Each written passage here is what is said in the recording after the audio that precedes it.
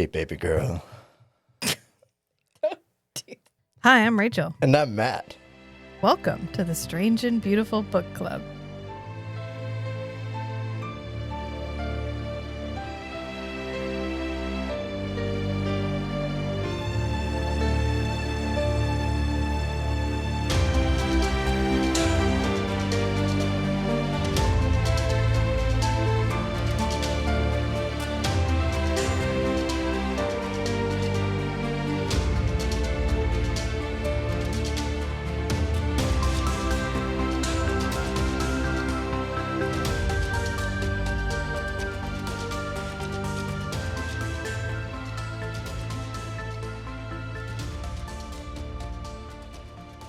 I got it right, even though we've been off for 87 years, because that's how long it feels.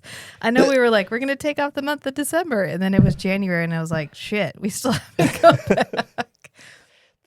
Right now, I feel like I did Monday morning when I logged back into work. Yeah. What do I even do here? I think we talk about books and shit.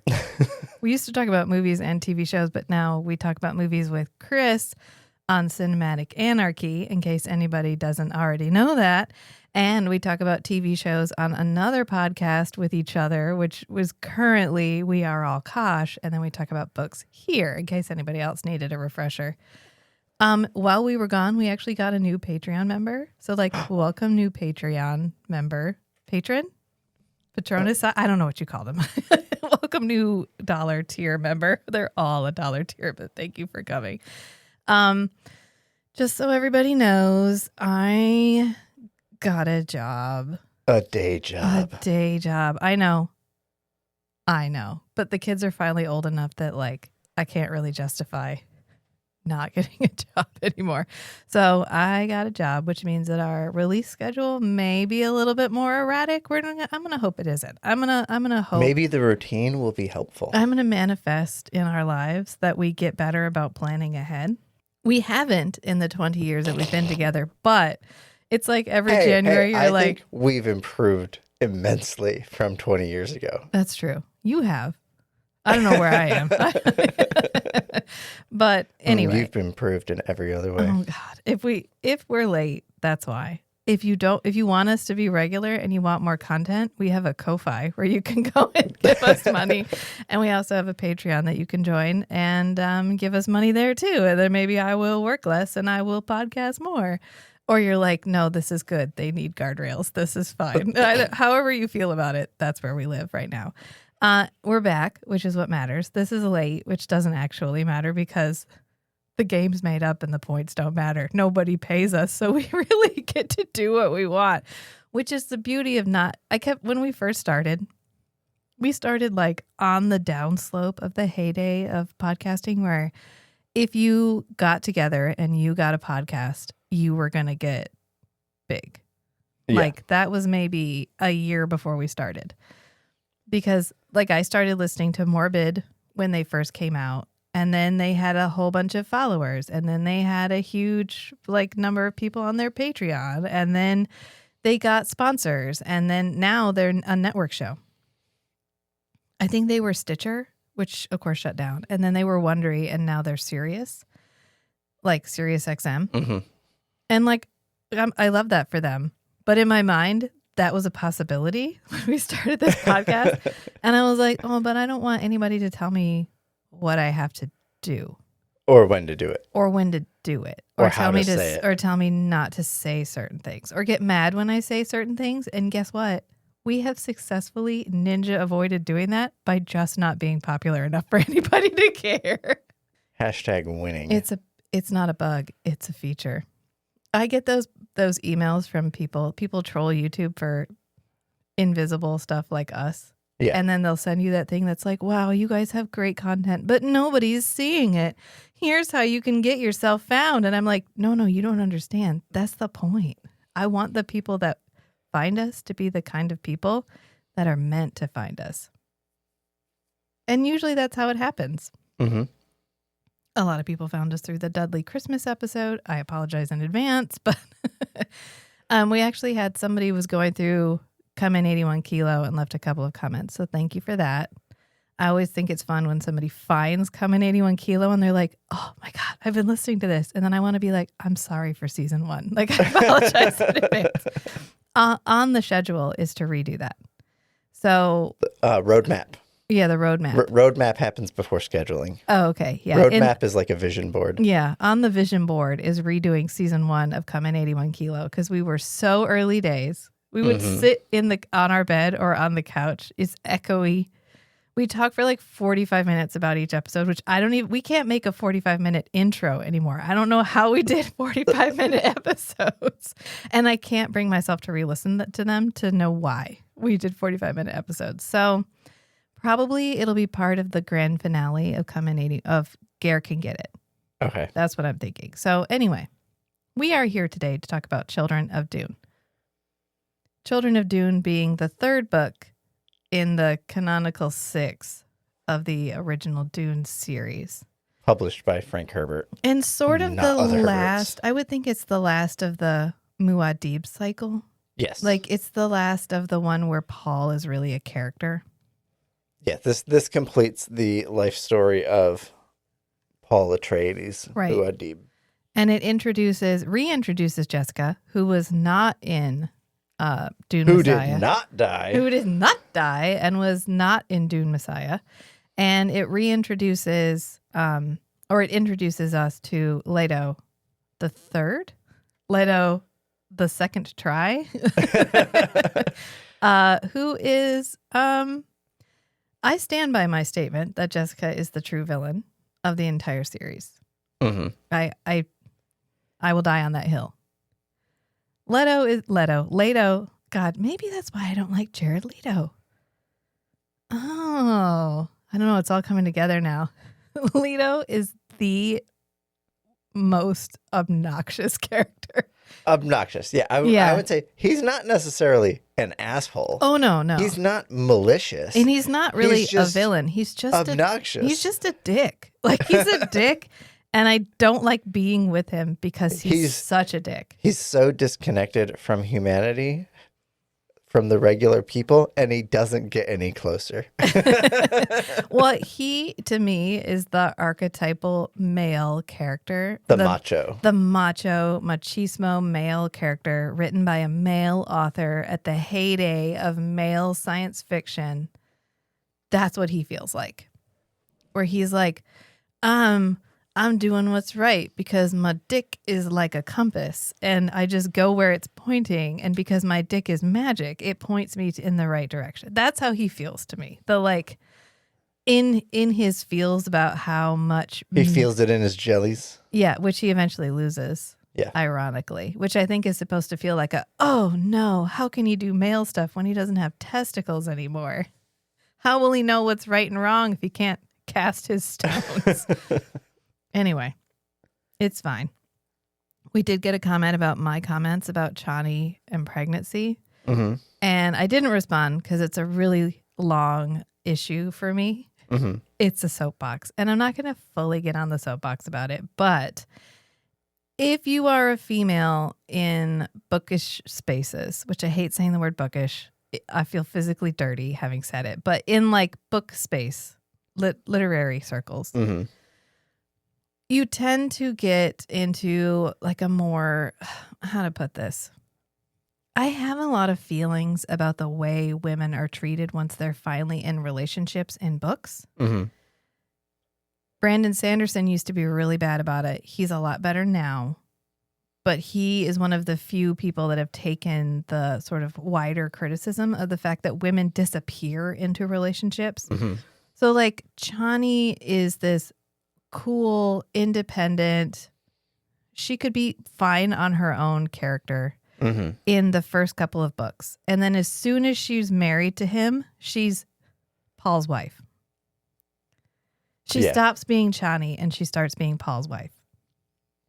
To the point where she will die for his needs. And does What die. she perceives as his needs. Right. Yeah. And so he ends up letting her die because he perceives the future as worse for her if she stays alive. Right. And he knows she wants to have a baby because she wants him to have an heir. And so he, quote, gives her what she wants. Lets her be pregnant and whatever. Yeah. Doesn't tell her it's going to kill her. Doesn't warn her that that's going to happen so she can be prepared and so that they could maybe, I don't know, not have a home birth. Like maybe have a baby somewhere else. I don't like it. I just don't like that as a plot point. Because Chani knows he needs an heir. That's why she wants to have the baby. It's not about having the baby. It's about securing his future. Right. Because his needs are paramount. Her needs are secondary. Paul's child needs to be born. Right. And so he will not Whether have that's it by Chani or by Irulan. Irulan. He won't have one with Irulan. So she's like, cool, then I guess you'll have it with me. So I'll do everything it takes to have the baby for you. He could have simply sacrificed a little bit of his moral high ground, had the baby with Irulan, and saved Chani's life. Yep. And we never fully explore that we don't get a good explanation for why he doesn't want to do that. It's kind of like it'd be giving the Bene Gesserit what they want, quote unquote, because it would be securing the bloodline. But then he's not like exploring options for keeping the baby away from the Bene Gesserit. Right. You are the ruler of the known universe. You control the spice. You can fucking figure it out. Okay. Right. All right. It's like the last book in the Court of Thorns and Roses series that's currently published. Mm-hmm. This is a spoiler. If you haven't read Sarah J. Maas and you're intending to skip forward a little bit, but there's a character who's going to have a baby because must have baby. She's going to have the baby to secure an heir. The bloodline. Yeah. Exactly the reasons Chani's having one. And the baby has wings. Please don't even ask me. I can't even fucking explain it. But the baby has wings and it's going to kill her because she doesn't have a specially shaped pelvis to allow her to have a baby with wings. Sit with that for a minute. I sat with it for a while. It won't get better. Anyway, no one tells her that she's going to die. Oh. No. But it's discussed. It's discussed. Everybody knows it but her. And so finally they tell her, hey, this baby might die. You might kill you. It probably will kill you. Mm-hmm. But in this world, we have literally already had somebody be disemboweled and had it all put back and had them healed. But we can't do C-sections. Don't worry about it. Anyway, she's like, fine, then I'll die. So this is a thing that still happens where it's like, I will die so that we can have baby. So we can have baby. So baby can happen. Yeah. We must have baby, and so I will die. This happened in Star Wars, the prequel series, Star Wars Episode 1, 2, and 3, where we have an incredibly... Amidala was such a powerhouse of a woman. She was the leader of a country, or a leader of an entire planet at 15. Yeah. And rocking it. And then she becomes a senator. She's incredibly politically powerful. She's incredibly intelligent. And then she gets married, and all of a sudden, she's Anakin's wife. Yep. And then she gets pregnant, and she dies of... She's Anakin's baby mama. She dies of... Sad. She dies of sad. In the year of our Lord, we can... A long time ago. We can far completely away. rebuild a man who fell into lava. You can fall in lava and we can put you back together. But baby, I don't fucking know. We still don't research female health issues. This is a recurring theme. So that's why I didn't immediately respond to it, because I could write a TED Talk about the way that women and pregnancy are treated in literary spaces and in movies in the zeitgeist. Yeah. And anyway, it's a complicated relationship. It has a lot to do with our cultural perception as women just as baby dispensers. Mm-hmm. Like a woman is just waiting for her opportunity to morph into her final form of soulless baby dispenser. No, not mother. This is separate from motherhood. This is pregnancy and motherhood are two entirely different things. Okay. What are you laughing at? Oh, I just don't worry about it. No, I need this to know. This is not a recurring theme in the Dune series at all. What, motherhood or birth? You don't Just want to don't talk worry about it. You don't about want it. to talk about it yet. I don't want to give spoilers. Okay, all right. I have not, at your bequest, I have not read the next one yet. Rachel has such strong opinions about Leto the Second when he's still human. I did not want to I'm so excited. completely contaminate that with God Emperor of Dune. Okay, well, we're going to get there, I'm sure. Anyway, I employed the trick of doing pre-2016 search results on Google and found us some discussion questions that I thought would be fun to use because we've already technically talked about Children of Dune. Yeah. So we've already talked about some of our favorite parts and read some of our favorite quotes. So I thought maybe we could get ourselves to think about things we haven't already talked about. Could have listened to our prior episode, didn't. So we're going into this fresh. We're going into this entirely fresh. So I'm going to read some of those. And I did pre-2016 because increasingly I think the dead internet theory is not a theory. I tried looking for discussion questions. I use pre-2020 for programming stuff a lot. Yeah.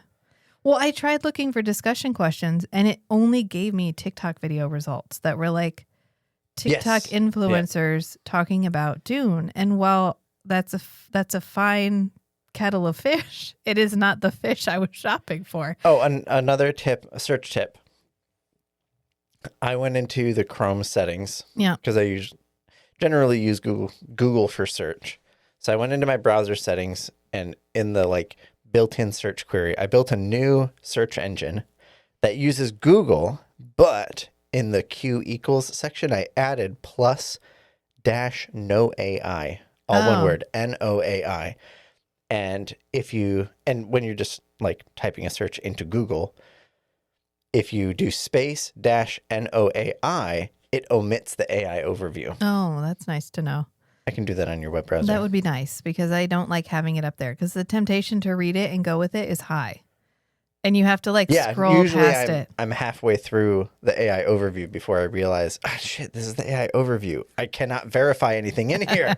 Well, I feel so I just started a job and I have to go to this place and search for stuff. Anyway, she has an office. I have my own. I've never had an office. Last place I worked, I had to rent I had to rent a locker, and now I have an office. Anyway, this is one thing that I've noticed for a lot of millennials, which we are technically elder millennials, but whatever. That's another soapbox. The generational divide. But one thing that we were trained on is early internet. Mm-hmm. And so I was having a hard time because my search results were when I would click on it to see further information inside this internal search engine, whatever. Mm-hmm. It was the item I was searching for was appearing at the top and it was a different color from everything else. So I just wasn't looking at it. Because to me, that's the banner or that's the ad or that's the whatever. I have a problem when it's columns of squares. I will almost always ignore the far right column because in early internet, that was where your ads lived. Yeah. Was over on the right. So you just don't look at the right. You just look at the stuff on the left. Now they're everywhere and they pop up in fact, I had a nightmare last night. I didn't tell you about this, but we had gone camping with my family and we had rented a cabin. And they had brought so much stuff and unpacked everything. And we were only there for overnight. And we needed to leave the next day. And you had just disappeared. And I needed to call you and have you come back because I needed to get everything packed up so we could leave by noon. And I couldn't pack anything up because nobody was helping me. And we had so much stuff. And I was so overwhelmed. And I was trying to call you. But in order to make a phone call, I had to watch an ad. And it just kept showing me ads. I think that was a premonition. It just kept showing me ads, and I couldn't get through the ads to make the phone call because I couldn't clear the ads. And it kept, like when you watch a YouTube video and it just pops up with the ad and you have to wait, there's nothing you can do. Yeah, there's no skip. There's no skip. And so I was stuck watching ads and I needed to call you and I couldn't because I couldn't even use my phone because it was stuck showing me ads before I could use the phone. You need to switch to walkie-talkies. Oh, it was a very strange and very specific nightmare. And I really hope that doesn't come true because I'll start sending smoke signals. I don't fucking care. I can't do it. I cannot do it. Anyway, on to our Children of Dune discussion questions. So Children of Dune, Yes. in which Jessica does not die. It's more's the pity. I'm sure she's dead by the next one because there's a time skip. Oh, yeah. And ain't nobody bringing her back. Nope. Why would you? God. Arrakis runs on Duncan. Why? There's a Instagram account. Yeah. Yeah. Called Arrakis Runs on Duncan, and they only share Dune memes. And I love that for them. And they're usually pretty good too. Don't get me started on Jessica. Why would you get me started on Jessica? Now I'm angry, like in my soul, about Jessica again. Because she's the one who's like, oh no, my baby needs to survive. And so I'm going to create a religion where he is the Messiah. And that is the way that I can secure his future. And then she's like, wow, this is making me, I'm feeling triggered. So actually, I'm just going to go and leave you guys. And then she comes back This and isn't she's fun like, anymore. I know. She comes back and she's like, ew, Ali is so gross. That's the worst part of this book, honestly, to me, because she knew what she was doing when she did that to Alia. Maybe. Oh, no. I mean, she was in it. She knew. I mean, was she consciously aware of it? She's a Bene Gesserit, so she should be aware of all the internal and the consequences of doing what she did. Yeah. And instead, she's like, well, for Paul, though, I mean, I'll abandon Paul, too. Yeah, well, I'm going to abandon him, too. But, like, I'm going to abandon Alia first because she could have chosen to let the baby go. And it's an option. It's not the option she chose, but she could have just been like, wow, she's going to be fucked up beyond all reason. So I think I'm just going to go ahead and let that one go. But she's like, oh no, I conceived out of instinct as a desire to continue the bloodline of my Duke.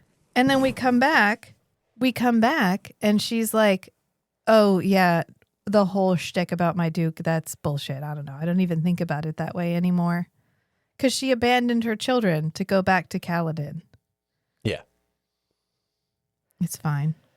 It's fine. It's fine. And then, but my chief issue is when she comes back, she's not like, wow, look at what I've done. She's like, ew, Alia's so gross. Abomination. No wonder everybody hated her as a child. She is weird. Ew. Yeah, everybody's been calling, well, I guess enough people have been accusing Alia of abomination that it's bothering her. And then she's like, but at least my mom still cares about me. And her mom shows back up. Ew. Ew. Gross. No, they're right, actually. You are gross. Not let's help you, not let's whatever. But they say that she's dead, like Alia is dead. Yeah. The minute she becomes possessed by the Baron. Yep. Which is also Jessica's fault because she's only possessed by the spirit of her ancestors. So she would not have been possessed by the spirit of the Baron. I mean, it's not Jessica. Causally, it is because of Jessica. Yeah. But it's not her fault. No, but the Baron would not have been in the mix if that had not been her baby, her daddy. Yeah. Yeah.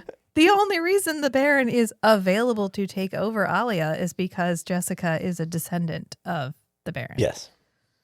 And yet she's still like, well, kind of sounds like a you problem. Right? God damn, Jessica. Anyway, what is the essence of Muad'Dib's teachings and how have they been corrupted? I think a lot of it. Actually, what are Muad'Dib's teachings? What are the tenets of Muad'Dib's religion that everybody is following? Muad'Dib is obedience. Cool. Muad'Dib, so cool. So hot. So hot right now. This guy autonomy for Arrakis. This guy thinks it's a balanced way of life, emphasizing that humanity is in continuous process of evolution, governed by principles known only to eternity. I think that fits a lot of the principles that like the Bene Gesserit principles that he was trained on. Yeah. His teachings, I guess if we use the snippets, the quotes at the top of chapters, it's about like personal internal development and like a wisdom tradition, Self-actualization. self-actualization, and awareness of your own weaknesses and biases. So know Like, thyself. stoicism kind of stuff, I think is the teachings. Like, but if you follow him as an example, like, do what I say, not what I do kind of thing. If you follow what he does, he's a despot. Yeah. Yeah. I was thinking He's a tyrant. this is a question I have never before asked myself. Like, I know that Muad'Dib is a religion, but what does Muad'Dib represent as like a moral tradition besides do what Muad'Dib tells you to do? Right. Right. It is very militaristic, as when the religion becomes the law, which is what happens. Was that what he was trying to do? No. He was trying to avoid that. But I think it's an inevitable result. Yeah, religion and politics ride in the same cart. The whirlwind follows. Or I believe they say in the book, all things are possible. Yeah. Which is what it feels like. I think I never asked myself that question because it's not presented as a religion and a government. It is a religious government. So Right. the laws are the moral tenets. Yeah. So, and it's a sin to break the law. right. So there's not necessarily like a 10 Commandments situation where he's like, here's the things I want you to represent as a follower of me. It's just, as a follower of me, you have to do what I say. Yeah. So if my government passes a law, you have to do it. And then my priests are my enforcers. So they're the ones who interpret the law and tell you what you can and cannot do. Yeah. Which gives a lot of leeway to the Quitzerat, to the like priest corps or whatever, which is where a lot of the corruption happens. Right. Which is traditionally exactly how it works. Exactly how it fucking works. Is, anybody who's given the leeway to interpret can interpret it however they wish to. So I think the essence of Muad'Dib's teachings were that he didn't have teachings necessarily. It got out of his control. I don't think Muad'Dib himself set out to do anything except what you explained, which was like, know who you are. I think he did have time. There were times where he sat down and like gave sermons kind of things, like educating his people. I mean, Alia gives sermons. She gives sermons every day. She she like prophesies for people. Yeah. And so I think Paul probably did that. He probably had a period of time where he was giving TED Talks. Mm-hmm. But there was never... It's not shown to us. It's not shown to us that there was a real fixed set of rules. And he even says in the books that a fixed set of laws can never be comprehensive because they're rigid. Yeah. And they will eventually become stale. And what you need are the people making the judgments to be wise people. Yeah. But that's not scalable. Well, you end up in the carrying a lantern around the marketplace situation. Yeah, and I'm looking for an honest man. You have to hand pick people to run the show. Right. But you can't do that for thousands of planets. Or for thousands of years. Right. It's only an immediate decision. Oh, I'll pick Stilgar because I like Stilgar. But what happens 10 generations from now when Stilgar's people have been in power for so long, they don't know what it's like to not be in power. And so the original idea of wisdom is lost. Oh, you're going to love God Emperor. Yeah, wait for it. All right. How does Stilgar's internal struggle reflect on his responsibilities as a Naib? I think just Stilgar's internal struggle in general is an interesting thing to discuss. Because when we first meet Stilgar, he's sort of the male version of Chani. Right. Where he's become attached to Muad'Dib. Yeah. And he's lost his own autonomy. Right. But he gradually regains it. Right. By leaving. By leaving. But only by leaving. Detaching himself from only Muad'Dib. by leaving. Never by being a part of Muad'Dib's thing and rediscovering himself within that. Only by leaving does he rediscover himself. Yep. Like when he finally goes on the run with Ganima and he's like, yes. Freedom. He always reminds me of the character from the 1999 masterpiece, The Mummy. Mhm. Remember there's Winston, the guy that they find at the bar who fought in the Air Corps in like World War I or maybe a prior war. Anyway, he used to fly planes and all of his friends died in plane accidents Mhm. except him. And so now he's just an old guy who wanted to die in glory and he didn't. Right. And so they finally give him the chance And to Stugar fly reminds them. you of that guy. Well, they finally give him the chance to fly them to, not Zahadum, because that's to, the treasure Yeah. thing. The you know what I'm place. talking about. The important place. Not Hammurabi. That's entirely different. I can't. It's gone. Anyway, he flies them across the desert. Remember, and Okay. they get chased by the sandstorm, the mummy-made sandstorm, and they crash. And when they crash, he dies in the crash, but he has this big smile on his face, like he finally got what he wanted, which was to go out in glory. That's when Stilgar finally goes on the run with Ganima, and he's like, yes, I'm finally a nomadic Naib leading my people across the sands. Pursued by By a whatever. bear, by whatever. Yeah. Like he's just like, yes, I'm finally in my glory again. Because when we first meet him, he's this rugged He's settled individualist down. guy who's Oh yeah, in Dune. in Dune, and But by the time we meet him in Children by of the Dune, time we meet him in he's Children of settled Dune, into the bureaucracy. He's a politician. Yeah. And he fucking hates it. Yep. Fucking hates it. That's why I think he leaps at the chance to get Sietch Tabir again. Because Alia gives him the Sietch as long as he's completely neutral. Right. And he's like, no, I got what I want. I'm neutral. And I got my Sietch. And that's when Duncan is like, oh, is this who you are now? You think neutrality is independence? This is you now? Wrong. You- Neutrality is complicity in certain Yeah. circumstances. And then he tells him the 3 worst things in the universe. the This 3 is- worst insults that you can give to a Fremen. That's my favorite line in the whole book is 2 deaths for the Atreides, the second for no more reason than the first. Yep. And it's not even going to be it's so many more deaths to come. So many Yep. more. Anyway, what significance does the arrival of Lady Jessica hold for the characters and the plot? Threat. A threat from within. The call is coming from inside the house. What do you think it means that Jessica has gone back to being a Bene Gesserit? Because she had such a dramatic break with them.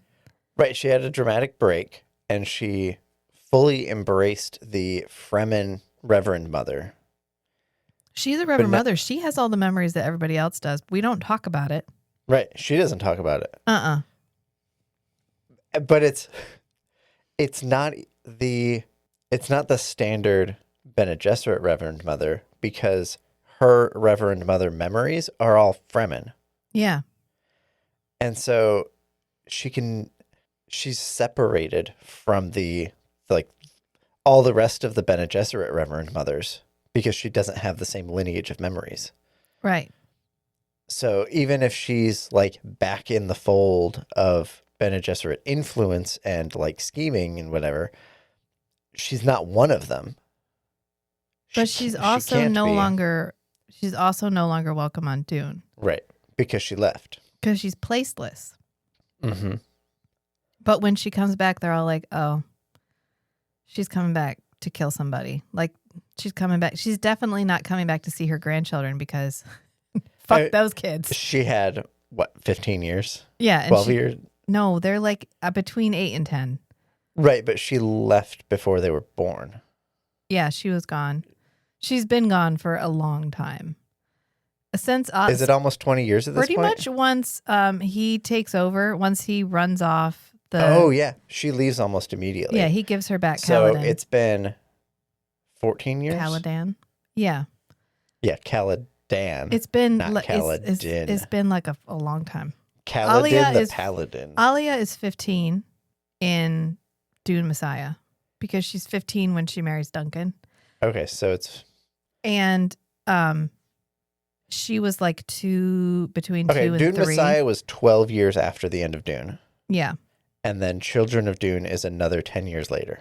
8 to 10, yeah. So it's between 20-ish years. It's So been 20-ish 20-ish years. Yeah. She Since definitely did not she come didn't back. visit any family in the last 20 years. No.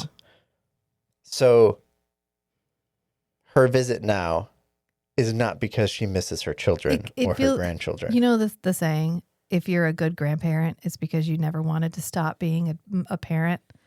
But if you're a bad grandparent, it's because you never wanted to be a parent in the first place. That.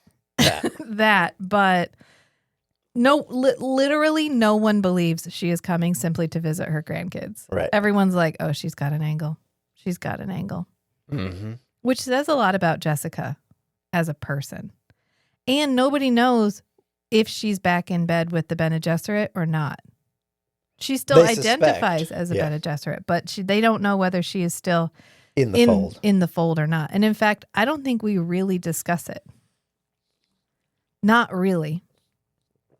I think it gets brought up once, maybe by Ganima, about Jessica being, or maybe Paul says it.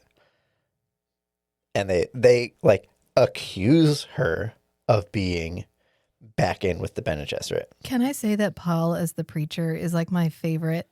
It's my favorite evolution of Paul as a character. Yes. That bringing back a character you thought had died as like a secret third version of himself is like the fucking best. The antithesis of When what everyone thought he was. When they ship him over to Seleucus Secundus and he's talking to I Faradin. love it. And Faradin tells him his dream and he's like, okay, interpret it. And he's like, yeah, I did. And he's like, well, I paid you to interpret it. And he's like, and you paid me well because I did it. And he's like, well, what does it mean? He's like, oh no, you didn't tell me. I had to tell you. That wasn't part of the deal. Yeah. No, I got it. Thanks. Yeah, I needed that for my own thing. Yeah.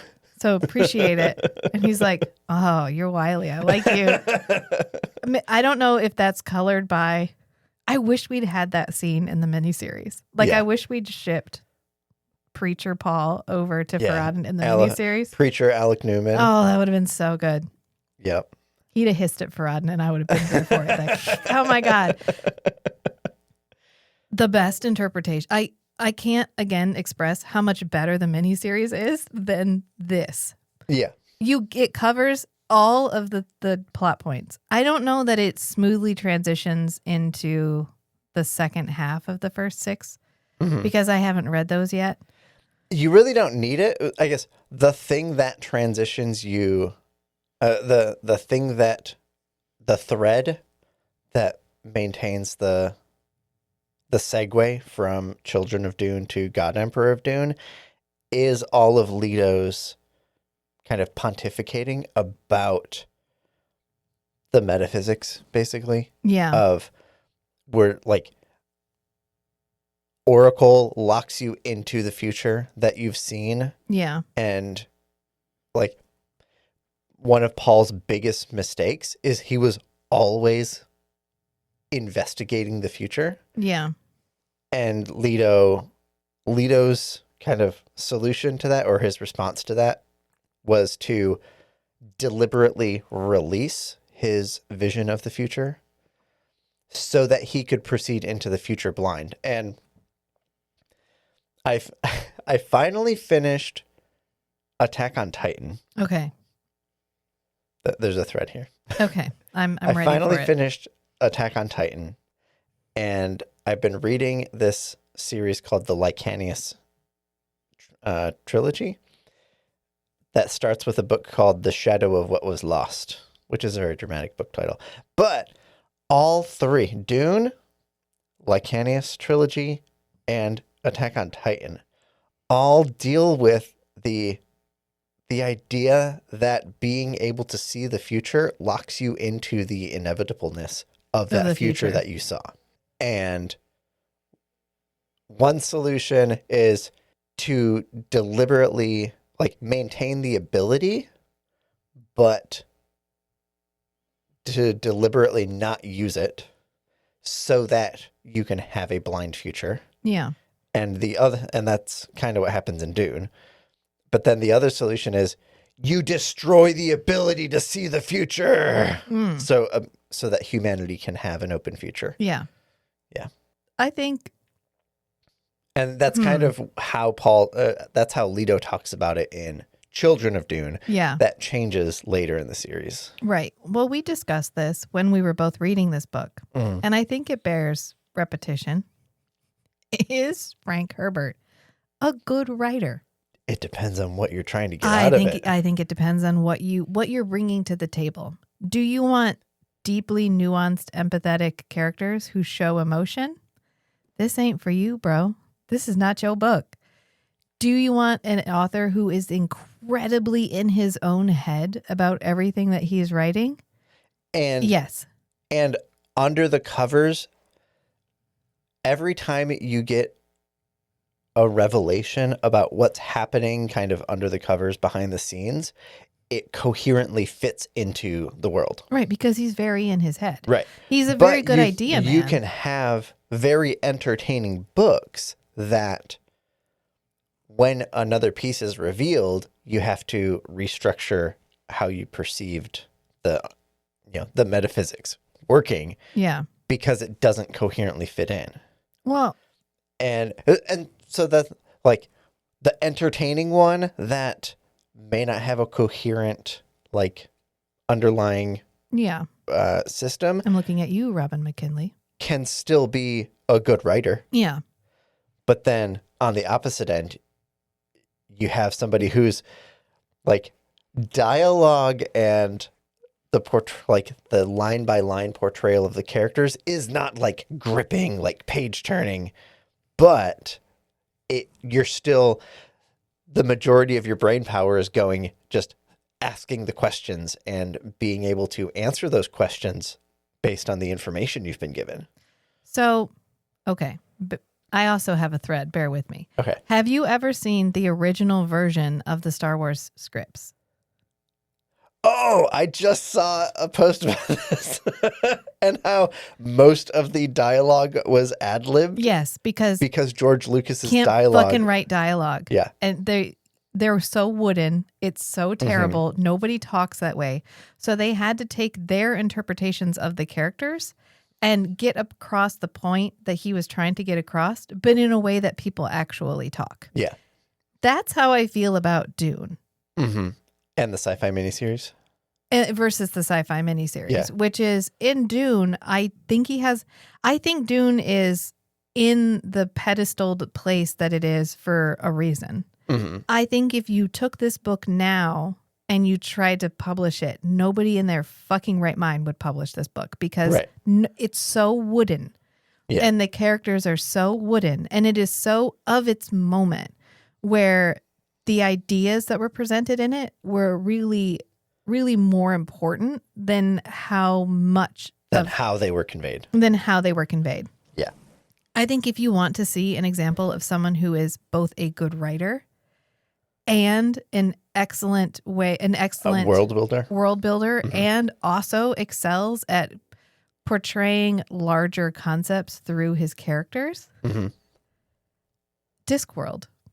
Now, I know I shit on Color of Magic earlier, but I made myself read the next one, and then I made myself read the next one, and now I'm on the fourth one. And really, he hits his stride once he's done with the original story arc. Mm-hmm. Once we get to equal rights, he is discussing the idea of why are some things men things and some things women things. Mm-hmm.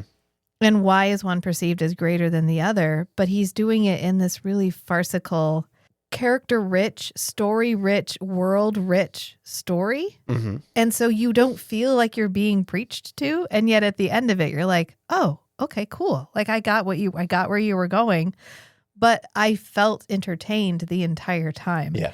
At no point in Children of Dune did you feel entertained. Do I feel overly entertained.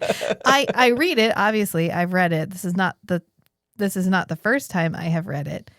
But you read it, you come to it knowing you're sitting down with Frank, and Frank is going to use puppets to tell you how he feels about the universe, and that's fine. But is he a great writer, a great multifaceted writer? No.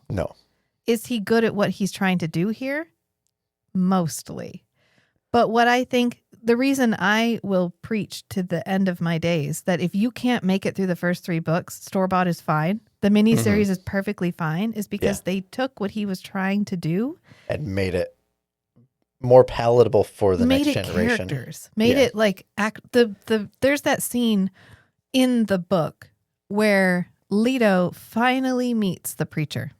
Yes. And I love how literally everyone knows it's Paul, Yeah. but they're all like, Is it really though? that's his, don't dead name him. He's the preacher now. Like he's just, so he sits down with his father. Yeah. Who never got to be his father. Because the minute he was born, he walked off. And yet Leto knows him intimately because he has all of his memories. Right. He can remember having sex with his own mom. Shh. Just don't worry about it. Okay, we're not supposed to say that part out loud. Especially not when you're an 8-year-old. 8 to 10. Anyway, my point here. He knows his father. Yeah. Lots of people have their parents walk away. Case in point. My fellow podcaster. You don't know your dad. You don't know who you didn't get to meet. Right.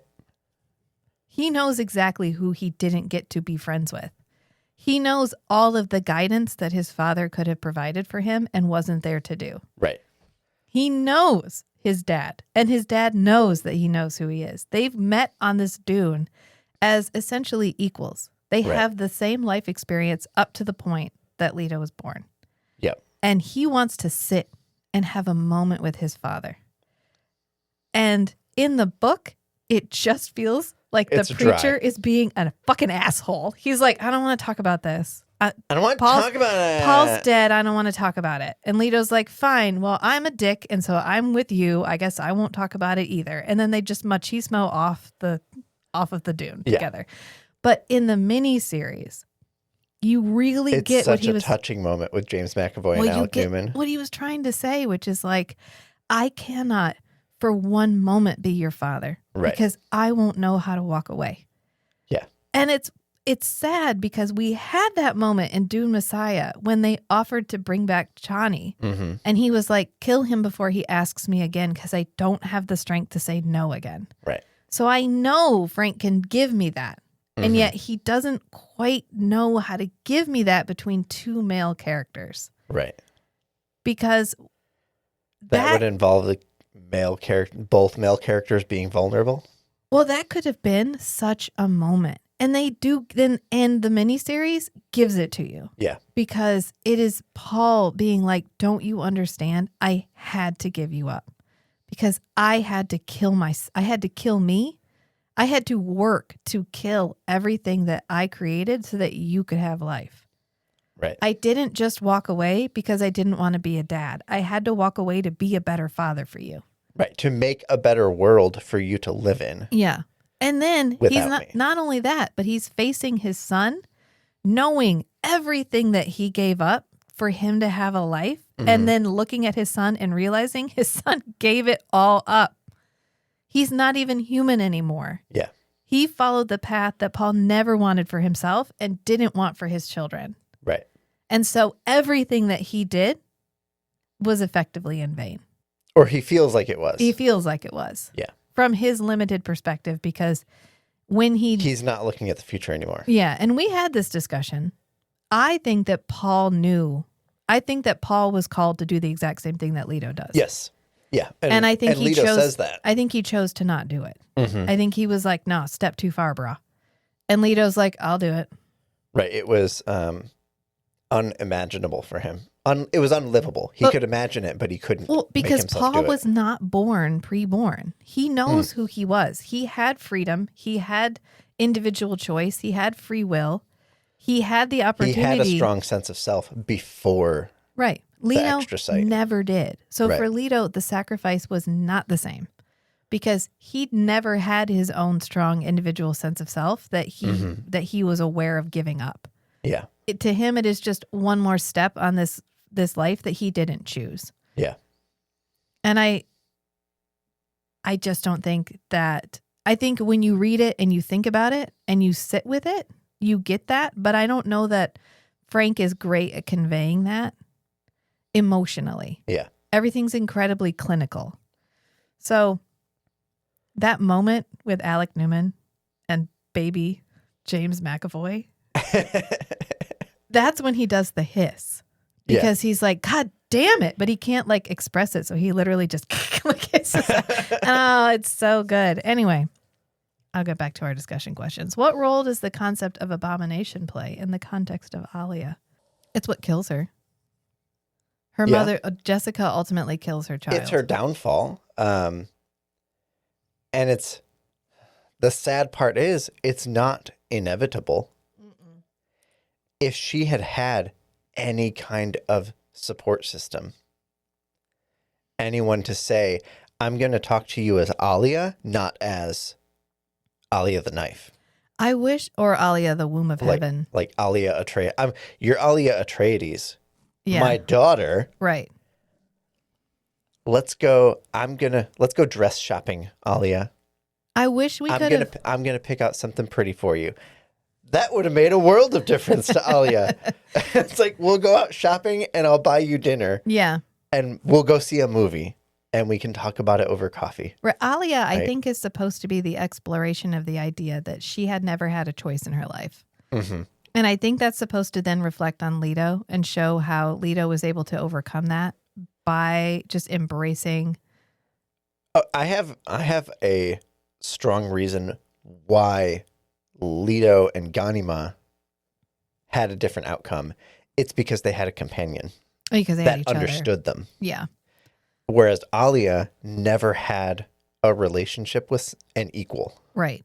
Oh, I wish this is a moment I feel like is an opportunity that would have been taken now, but maybe wasn't even a concept for him when he wrote this book, is exploring the idea of how the stigma of abomination is ultimately what destroys Alia.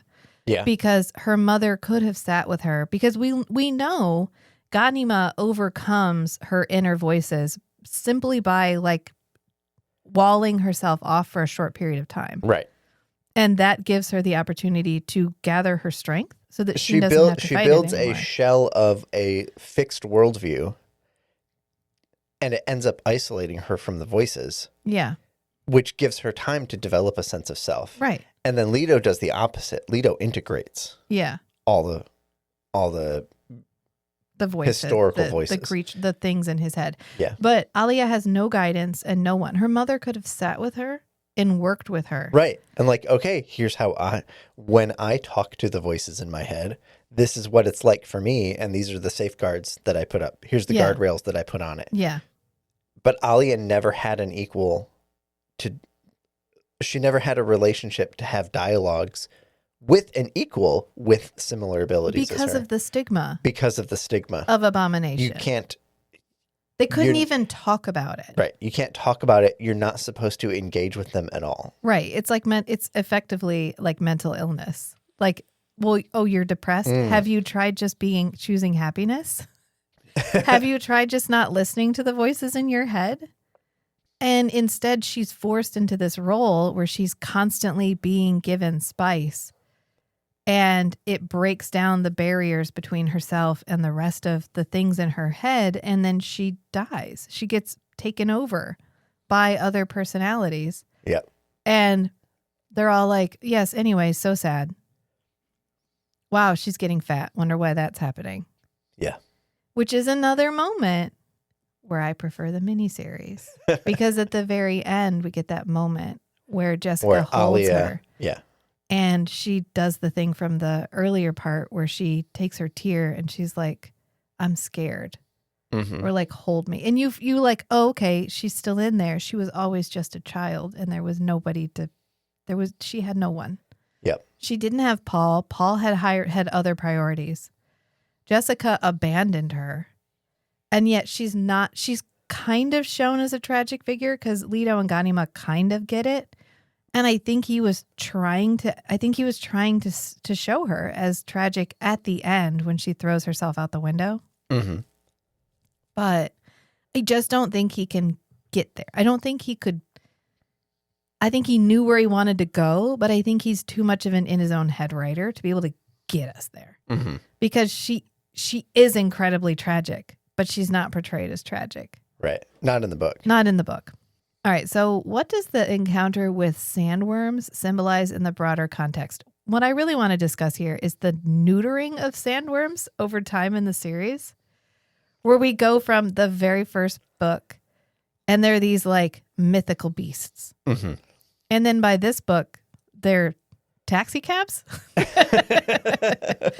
We're not, this is, when Paul goes to ride on the sandworm, it's this big deal. Oh, he could die. He could stand too close. He could whatever. And by this one, even Gurney rides a worm and they're like, oh, you can ride a worm. And he's the like, information has proliferated out. It used to be very carefully guarded knowledge within the deep desert tribes of how to ride sandworms, but now everybody knows. Well, it's kind of the breakdown of the overall mythnicity of Dune itself. Right. The fact that the more public all of it becomes, the less shrouded in mystery it is, the more banal it all seems. Yeah. The more like, oh, worms are just like what. Another thing is they're not as big anymore because the big worms are all gone or dying off, or because the moisture is encroaching. Yeah, and the water is toxic. Yeah.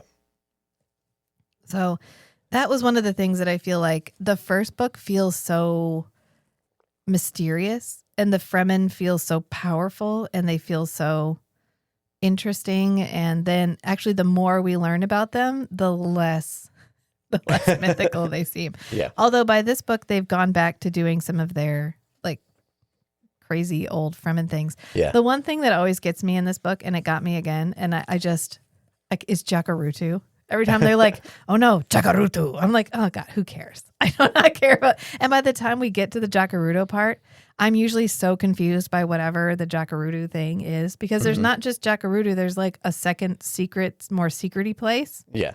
That he ends up going to. And then we find out that Jessica ordered him to undergo the spice trance, but maybe Alia was the one who... It was, all the stuff that Gurney was doing that he thought Jessica was telling him to do, Alia was telling him to do. So why didn't we get a scene of Jessica being like, hey, has anybody heard from Gurney lately? Do we know where he is? I think it comes up with Jessica and Duncan, and she just mentions that he's off doing some stuff. He's running some errands for me. Yeah, but she never checks up on him. She doesn't. Nope. Does not She care. never communicates with him at all. That man could die, and she did not give a shit. And he followed her to Caledon because he loved her. Is Jessica a psychopath? Sociopath. A sociopath, where she can turn it on, but she actually doesn't empathize with anybody. Right, but she doesn't feel the uncontrollable, like... Psychopaths and sociopaths have a lot in common, but sociopaths can control it, and psychopaths have trouble resisting the impulses. Okay, but like, she loved the Duke. Maybe. Or was the Duke just in alignment with what she wanted in her life? Because then she has a boy for the Duke. Mm-hmm. But did she have the boy for the Duke, or did she just have like obstinate defiance disorder as part of her psychopathy? Make the baby. She was like, I will make baby, but not like you want. I Yeah. have different baby. Because I think Jessica thought she could have the Kwisatz Haderach, and that's why she did it. I think the Duke was an excuse. You think so? I think that, but my Duke wanted a son. Even though Gaius Helen Mohiam, may she rest in peace, is like, hell no, that's not why you did it. You thought you were going to have the Kwisatz Haderach. And she's like, no, my Duke wanted a son. I made a creepy smile face. Yeah. And I think she had Paul because she thought she could have the Kwisatz Haderach. And then when he turned out to be not exactly what she wanted, she was done with him. And she left. That's possible, yeah. Yeah. Because the minute she was like, are you a Kwisatz Haderach? And he was like, I mean, kind of, but not really. She was like, oh. I'm something unexpected. Never mind. Whatever. Yeah. It's literally, what do we talk about? Oh, when somebody shits in a room and then they're like, I can't be in this room. There's shit in it. They're the one that shit in it. Even though you're the one who shit in it, that's Jessica. That's Jessica. How come nobody's cleaning this shit up? I can't be here. There's shit in the room. Yeah, okay, but it's your shit. That's how she feels. That's exactly how she feels. So the next question is also about Jakarutu. How does the concept of Jakarutu reflect the relationship between myth and reality within the narrative? And they're all like, no, Jakarutu is a myth. Okay. I think this has something we can explore here.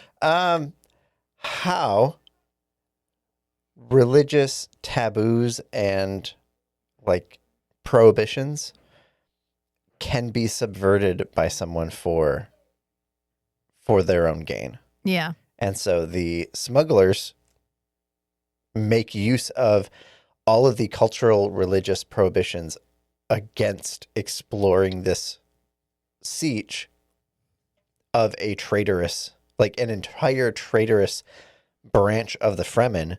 Like that's where they lived. We don't go there because we're not like those people. Oh, okay. And so there's stigma again. A stigma. So there's a whole stigma, like prohibition against going there because of the historical baggage. And I think they probably maintain that prohibition just to like keep it in everybody's mind that, oh yeah, if you break the rules, your entire home gets erased from Fremen society. Yeah. Oh, it's a cautionary tale. Yeah. No, I get Jack. And so they maintain that. And so the smugglers are like, a place the Fremen don't go, a place that the Fremen will get exiled if they go there. That's my house. That's free real estate. No, I understand the concept, Jackarutu. But then it's also combined with the second secret place that I can't remember the name of. I would believe Jackarutu if for even one moment we had mentioned Jackarutu in any of the prior books. Yeah, it's definitely been made up. Oh, he came up with it for this book. And he's like, how about if I made one up and I called it Jackarutu? Roll the phoneme dice. Yeah. It's like, that's what I'm going to call it. That's probably my main issue with it is all of a sudden it's this huge thing in Fremen culture. And yet prior to this, we had literally never mentioned it ever before. Yeah, and it's relatively close to Siege Tabir. Yeah, it's like... It's the next siege over, pretty much. I mean, it's a ways. He has to go a ways. And then, yeah, there's like an outcast siege. And then when they're like, even they're talking to Stilgar about it, they're like, Jackarutu, and he's like, oh yeah, no, we don't Shut your there. mouth. Shut your whore mouth. We don't talk about that. And you're like, okay. Because Leto sets out to go to Jackarutu after not faking his death. We have the whole thing with the tigers. Yeah. Where they have special magical clothing that the tigers are attracted to. Not special magical, just distinctive. It's fine. It's a way of separating Gunnar and Leto. That was such a long shot for them to gift the robes to the Atreides and then assume that they will actually wear them in and like run out into the desert. It is not the most stunning piece of plotting I've ever seen in my whole. And when Slencia, with Lithia, Irulan's sister, Sensia, I love how she just disappears. They're like, she gets exiled because she tried to kill them with her specially trained tigers. Could I hire a guy to just, if she just hired a guy to shoot them, they would have been shot. It feels to me that the whole tiger subplot feels like the scene in Austin Powers when they open the doors and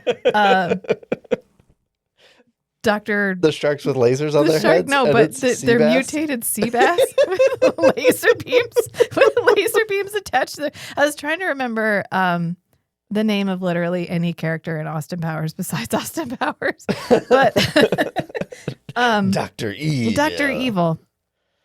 Dr. Evil's son is like, well, aren't we going to watch them die? And he's like, no, we have to shut the door. He's like, but we could just shoot them. Give me your gun. I could just shoot them right now. And he's like, no, they're going to get killed by the mutant sea bass with laser beams attached to their head. I saw a clip interviewing Seth Green. Yeah. And he was talking about that role. And he said he played that as a fully dramatic character as a counterpoint to Mike Myers. Yeah. But he said this was like recent, and Seth Green looks completely different because he has like a full gray beard. Oh, don't say that to me. He's forever from that era. Yeah. Like he's so that moment was his moment. And I feel like he should just exist there in perpetuity. Like Mike Myers lives there. Mm-hmm. Although Mike Myers is gaining a lot of Canadian popularity because he did the elbows up thing. And he had a whole speech that I read, which I found very poignant, where he was talking about why the Canadian mindset is different from the American mindset. Okay. And he said, when you live somewhere where for a significant portion of the year, the cold is trying to kill you, you could die.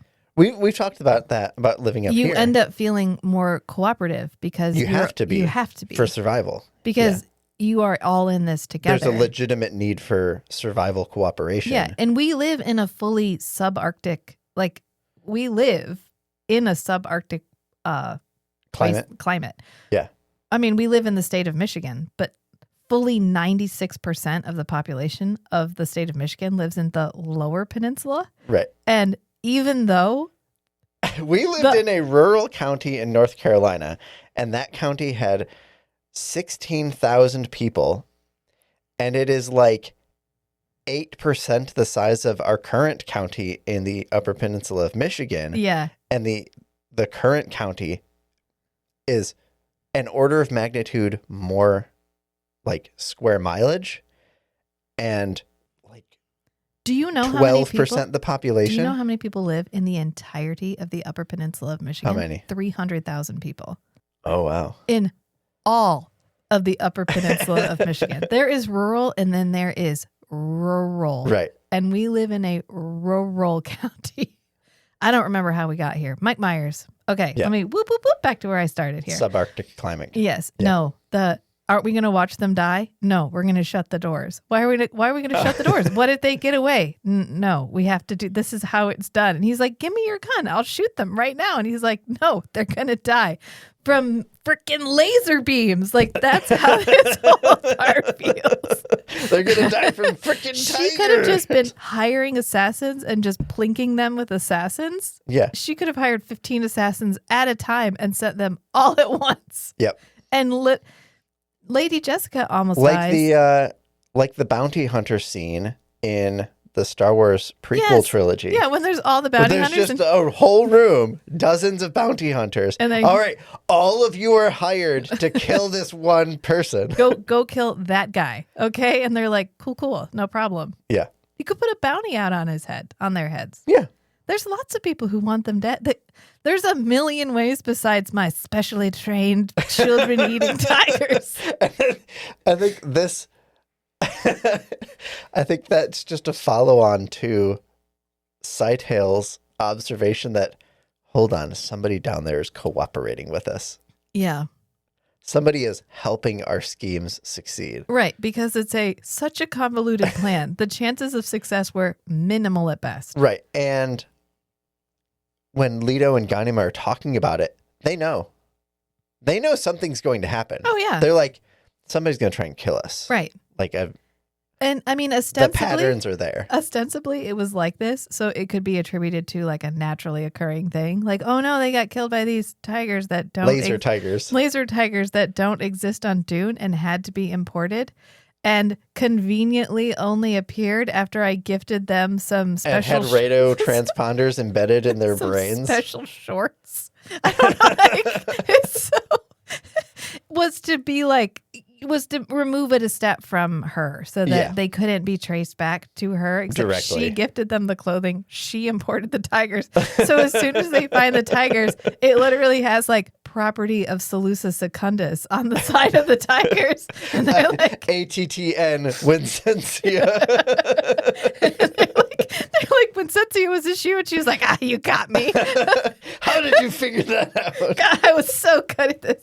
Even Faradin is like, God, my mother is such an idiot. And then she makes her second in command convert to Muad'Dib's religion. She's like, we need to understand them. And he actually converts to it. I know. She's like, convert to his religion. And he's like, but I don't want to. And she's like, do it for me. And he's like, okay. And then he becomes a full believer in the religion he was mandated to adopt. Even Faradin is like, why are you religious all of a sudden? And he was like, honestly, I got no idea. None. And then Jessica Okay, Jessica sneaks makes Farad'n into a Bene Gesserit. She's like, ha, I win. He's a Bene Gesserit now. And they're all like, oh, you got me. God damn. God damn you, Jessica.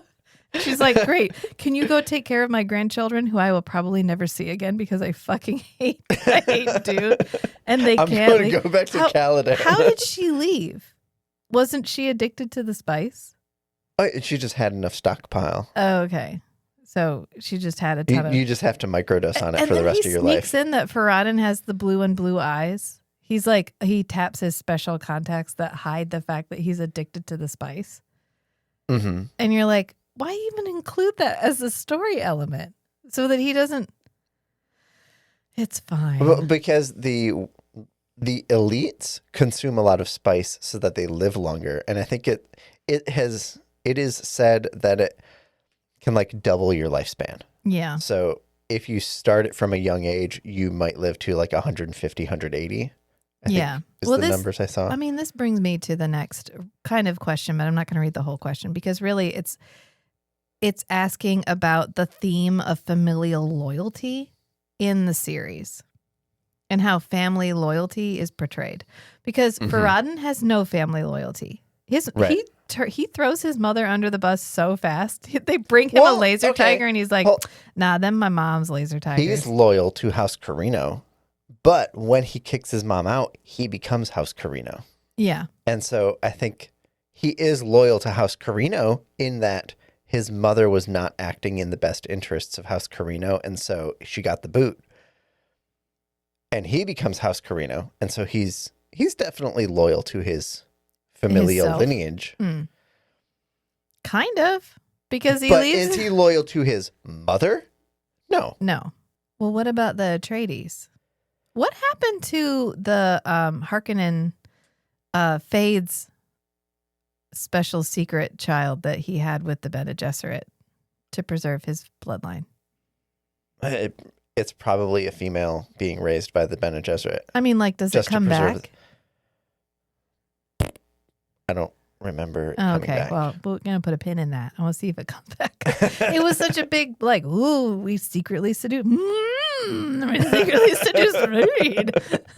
You made me listen to You made me listen to Count Fenrig only to ditch Count Fenrig immediately. Yeah. Whatever. I think the family loyalty shows up most when you're talking about the Atreides, because you have like Gurney Halleck who will do whatever Jessica says, even when it's not actually Jessica. He will try to murder Paul's son because Jessica told him to. Yeah. But which means he's loyal to Jessica. Right. But then they're like, oh, it's because he wants to fuck her.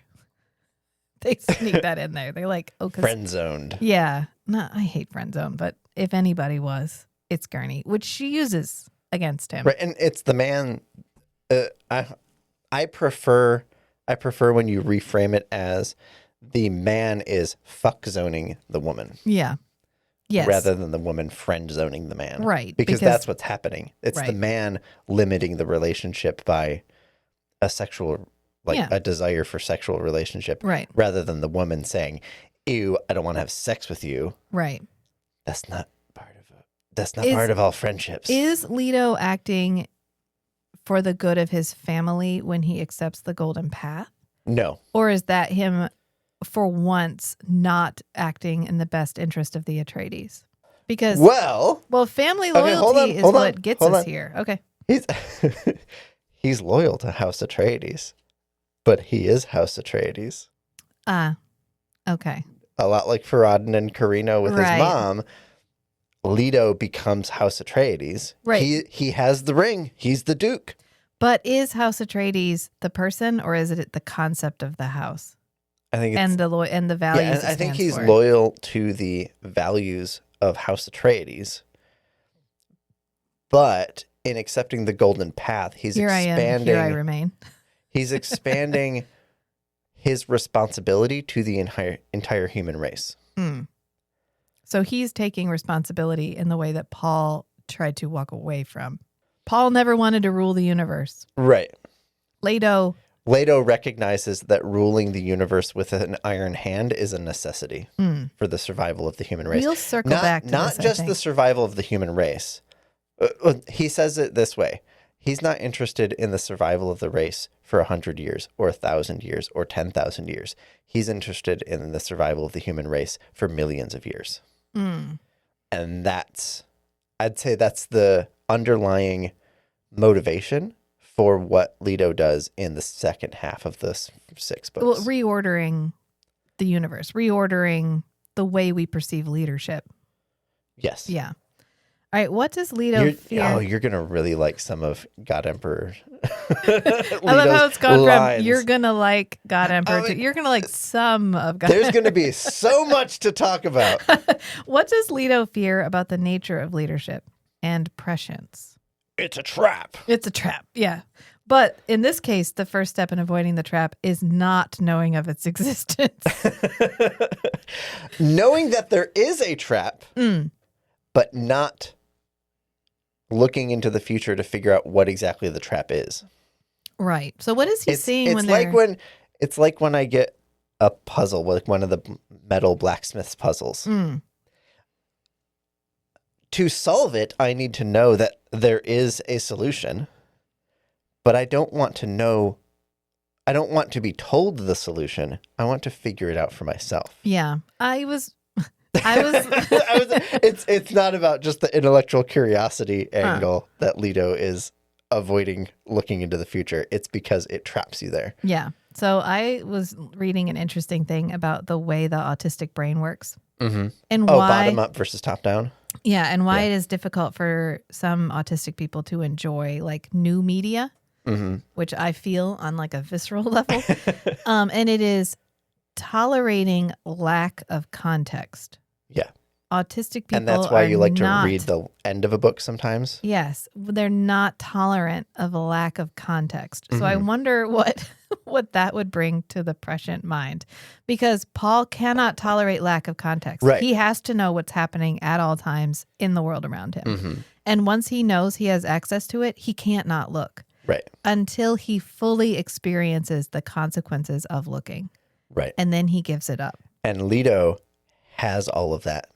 But Leto, from Paul's memories. Right. He didn't have to make the mistakes again. Right. Paul got to make them all for him. He got to learn from Paul's mistakes, not from his own mistakes. Right. And so the temptation isn't there because he knows he already has all the context he needs, which is if I look, I'm trapped and I'm going to end up like my father. Yeah. And I need to be the one and done of all of this. And I think that's why Leto doesn't fall immediately into the same issues, because Paul had no one to guide him. Right. Not even really Jessica. Jessica thrust him into a situation even with all the memories that Paul got access to. Yeah. Nobody else had that full prescience before him. He didn't get the access to them until he had already gone too far down the path to be able to turn around again. Because the only reason he goes through with the water of life is because he can't see enough. Right.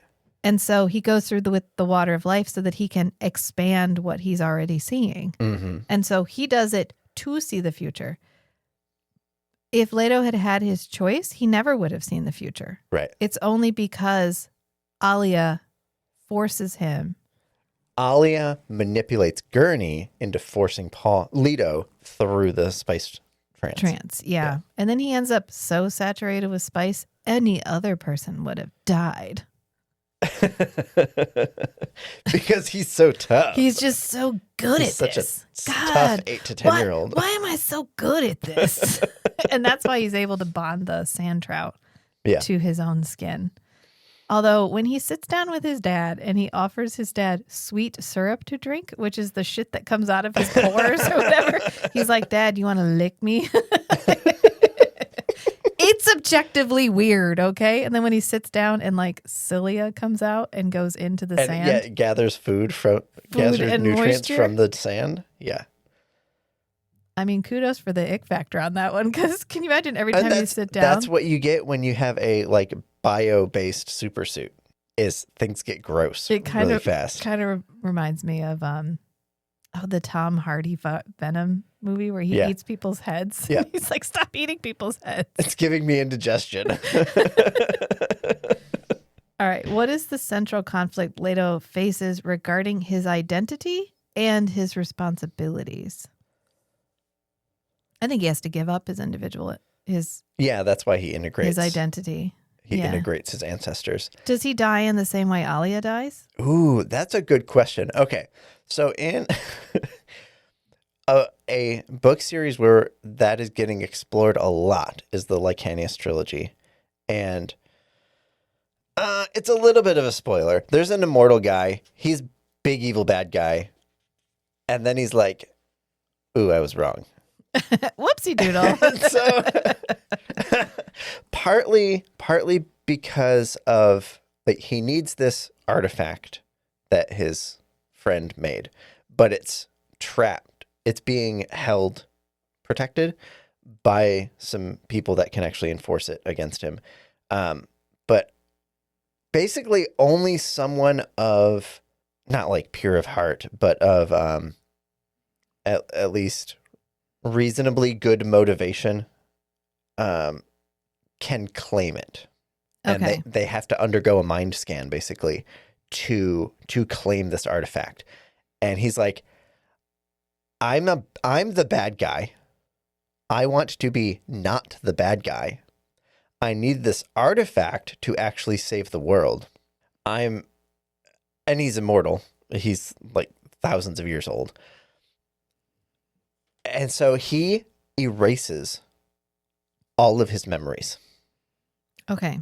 And he was supposed to like be clean slate with enough clues hidden, and he like planned some interventions from people that he knew he would encounter, Okay. because he can also see the future. The Of course. series deals with the idea of being able to see the future locks you into the inevitable future.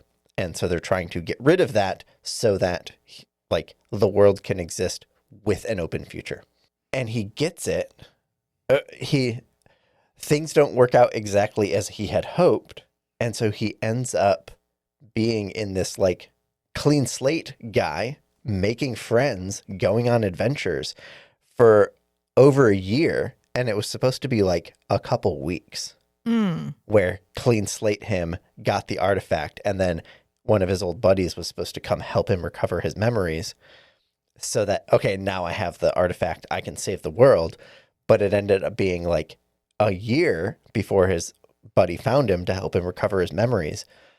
And now he's developed too much new sense of self for the memories to be like accessible to him. So they're unlocked. They were stored somewhere else and then they transferred him back into his head, but they don't resonate with like who he is now, doesn't resonate enough with who he used to be to access the memories.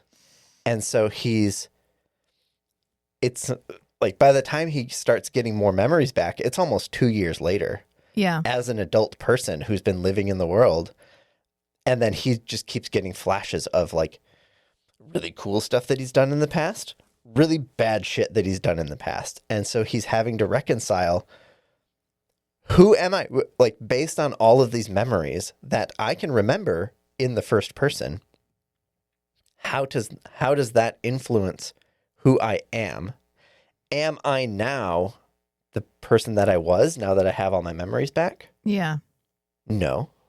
I'm this guy who has all the memories from this 3,000-year-old tyrant. Does that make me the tyrant? No, because I'm doing things differently. And he's encountering some other immortal people and they're like, you're not you. What's going on? Oh, you now. And then he meets the same guy and he's like, you seem more like you. I'm glad you're recovering slowly. Yeah. And so there's this, it like deals with it from the first perspective, like in depth. What does that feel like as the person who is having their identity challenged and like transformed over time by exposure to all this information from the like historical first perspective? And I don't know that I think the Leto Ghanima dynamic did allow Leto and Ghanima themselves to develop enough of personality to protect themselves from the memories, the ancestral memories. I don't know how much Leto's like core personality changes when he integrates all the voices, but probably not like completely. But I think he is definitely it changes him. It changes him. Yeah. But is the original Leto, like the 8-year-old Leto, is 8-year-old Leto dead? No. I think it was more of he was exposed to all of this historical knowledge in more of like an education training kind of way, rather than I'm overwriting it. Okay. So you would say it's different than Alia, although he mentions, of course, that men are better at dealing with all the extra voices than women are. Even though literally he's the only guy, him and his dad are the only guys that have ever had that happen to them. They're just like instinctively better at it. They talk about in Fremen culture, there have been plenty of examples of people being preborn, and they are... Well, they have the test for abomination. They have the like way of testing but they say that they're really, really susceptible to like addictive tendencies, like vices, engaging in vices, I think to drown out the voices. Yeah. But like it's happened a lot before where women... Well, hold on. Mothers, not just women, pregnant mothers had too much spice. Their babies are preborn. Plop. Plop, sentient baby comes out. I wish everyone could have seen the hand gesture. Plop. Plop. Okay. A man who has children, who's been present at multiple births. That's how you state it. I'm trying to narratively skip through to the sentient baby. Fully awake sentient baby. Yeah. And I wonder if there's ever been twin preborns before. I don't know. I don't think it must be common enough because they have a test to test if you have it. And if you have it, they kill you. But they don't have like a nurturing path. There's no path to recovery. There's no path to recovery or unavoidable, like avoiding it happening. There's no like, the Fremen's Guide to Having a Preborn Child. Right. Like if your child, here's a pamphlet. Yes. Is your child preborn? Whoops, I ate too much spice. What can I do? Whoops, I ate too much spice. What now? She just likes spicy food. Did you engage in too many spice orgies while pregnant? Here's where we're going from here. Right, and I can imagine like, oh, this child is preborn. This child needs to be raised from birth by a reverend mother. Right. And like monitored and coached. But they don't have that. They never do that. Which is another element of another moment stigma. where we could talk about the stigma. Yeah. And we just don't. It's just a lost opportunity. Yeah. Of, oh, so your child was born with your memories? Does your child remember having sex with its own dad? And mom? And mom. At the same time? Well, no. Ghanima doesn't have the male memories. Leto does. Because she doesn't remember their father. Oh, maybe she does remember their father. I thought they both had access to both. And when they talked about role playing as their parents, they would alternate. I think you made that up in your mind. I think she always I think she's always Chani and he's always Paul. I know that it's hard to say because Alia would have to have access to the male side of her heritage in order to talk to the Baron Harkonnen. Right. But I think that people who go through the traditional preborn path, or there's no traditional preborn path, but like the Reverend Mother path, you gain access to the other Reverend Mothers. So I think Jessica can remember other Reverend Mothers. So that happens because she's not getting access. She's not getting access she gets to a download her from ancestral line. Yeah, she gets a download. And later in the series, they can kind of do that. They can do memory transfer. Like when they want.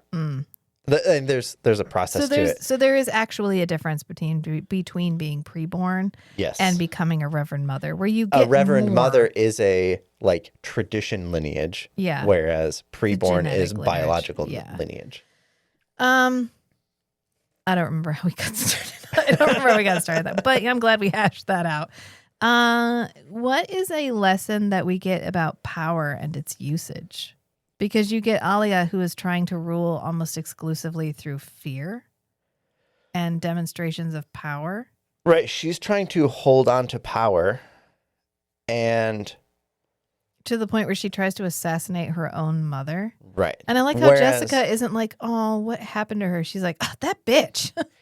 Whereas kill me. even Paul, like, if you look at his intentions versus his actions, there's a big gap there. Yeah. His intentions are to like facilitate his people becoming better. Yeah. Whereas Alia is really, really focused on holding onto her power and getting people to act as she thinks they need to act. Whereas Paul is like, I need you all to be better people. I'm going to like teach you values and principles and let your behavior emerge from that. Whereas Alia is more top-down authoritarian. Yeah. Like on day-to-day behaviors. Without a real awareness of what she's doing. Right. Just, this is the only way she knows to consolidate power. Yeah. And she's listening to the people around her, and she's surrounded by yes men, including Irulan. We do Irulan so dirty in the books. I can't. That's another moment where the miniseries was like, why do we have this trash character that doesn't need to be a trash character? Yeah. And then made her the mother of Yes. Leto and Ganima. Yeah. Like the real mother of the twins. Which they even say in the miniseries, like, no, you were my mom. Yeah. And it's such a good moment. And yet in this one, they're like, oh, yeah, she's just another toady of Alia. Yeah. Whatever. All right. How does Leto's decision signify a break from the past and a step towards the future?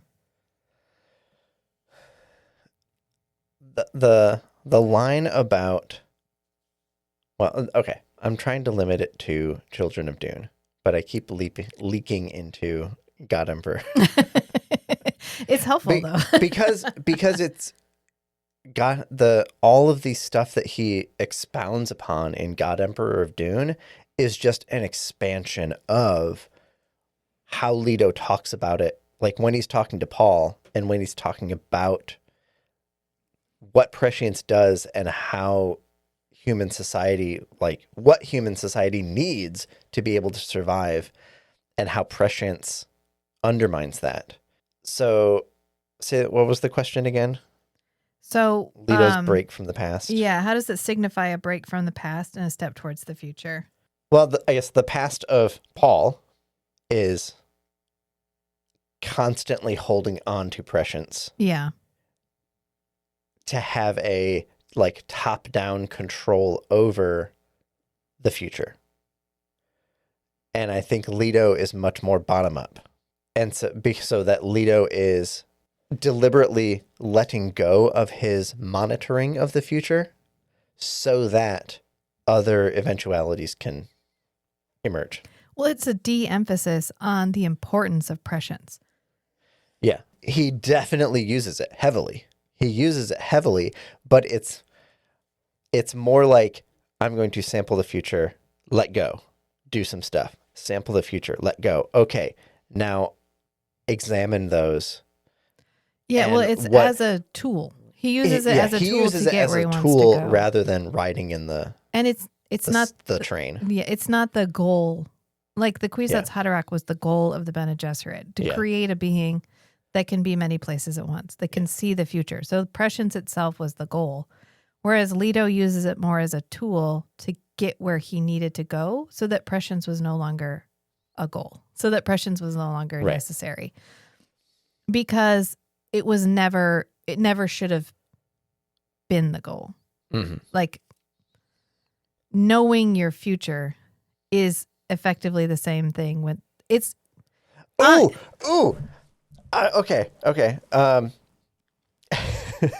You're so excited. You whacked your microphone. Go for it. I saw there's a guy I follow on Instagram, and he talks about like city design, like road design. Um, and he had a reel the other day, and he's like, let's talk about avoiding the latent error. Okay. There's active error and latent error. And so in this example, he's talking about like traffic stuff, traffic intersections, or speeding. And so when there's an incident, there's an active error in the incident. Like, let's say there's a really tight turn, a really sharp turn. And regularly, people are speeding leading up to this turn, and they end up crashing because they're going too fast to make that turn. That's the active error. Okay. Or the other one was crosswalks, pedestrians getting hit because there's a car that's at a stop position, either at a stoplight or a red light, and they're getting ready to turn right, but the driver has to be looking left to make sure that the road is clear, nobody's going to hit them. Right. And so when the driver is getting ready to turn right, they're looking to the left. And so if a pedestrian is approaching from their right, the driver's not looking. And so it happens fairly frequently in America, where in Europe it would be the other way, I guess. But when the driver's turning right, a pedestrian goes to cross in front of them and they get run over. Right. And the active error on the pedestrian's part is to realize, oh, this person doesn't see me. Yeah. Or there's a sharp turn. I'm going too fast. I need to slow down. And that's the active error. But the latent error is the context, the scenario that allows that error to happen.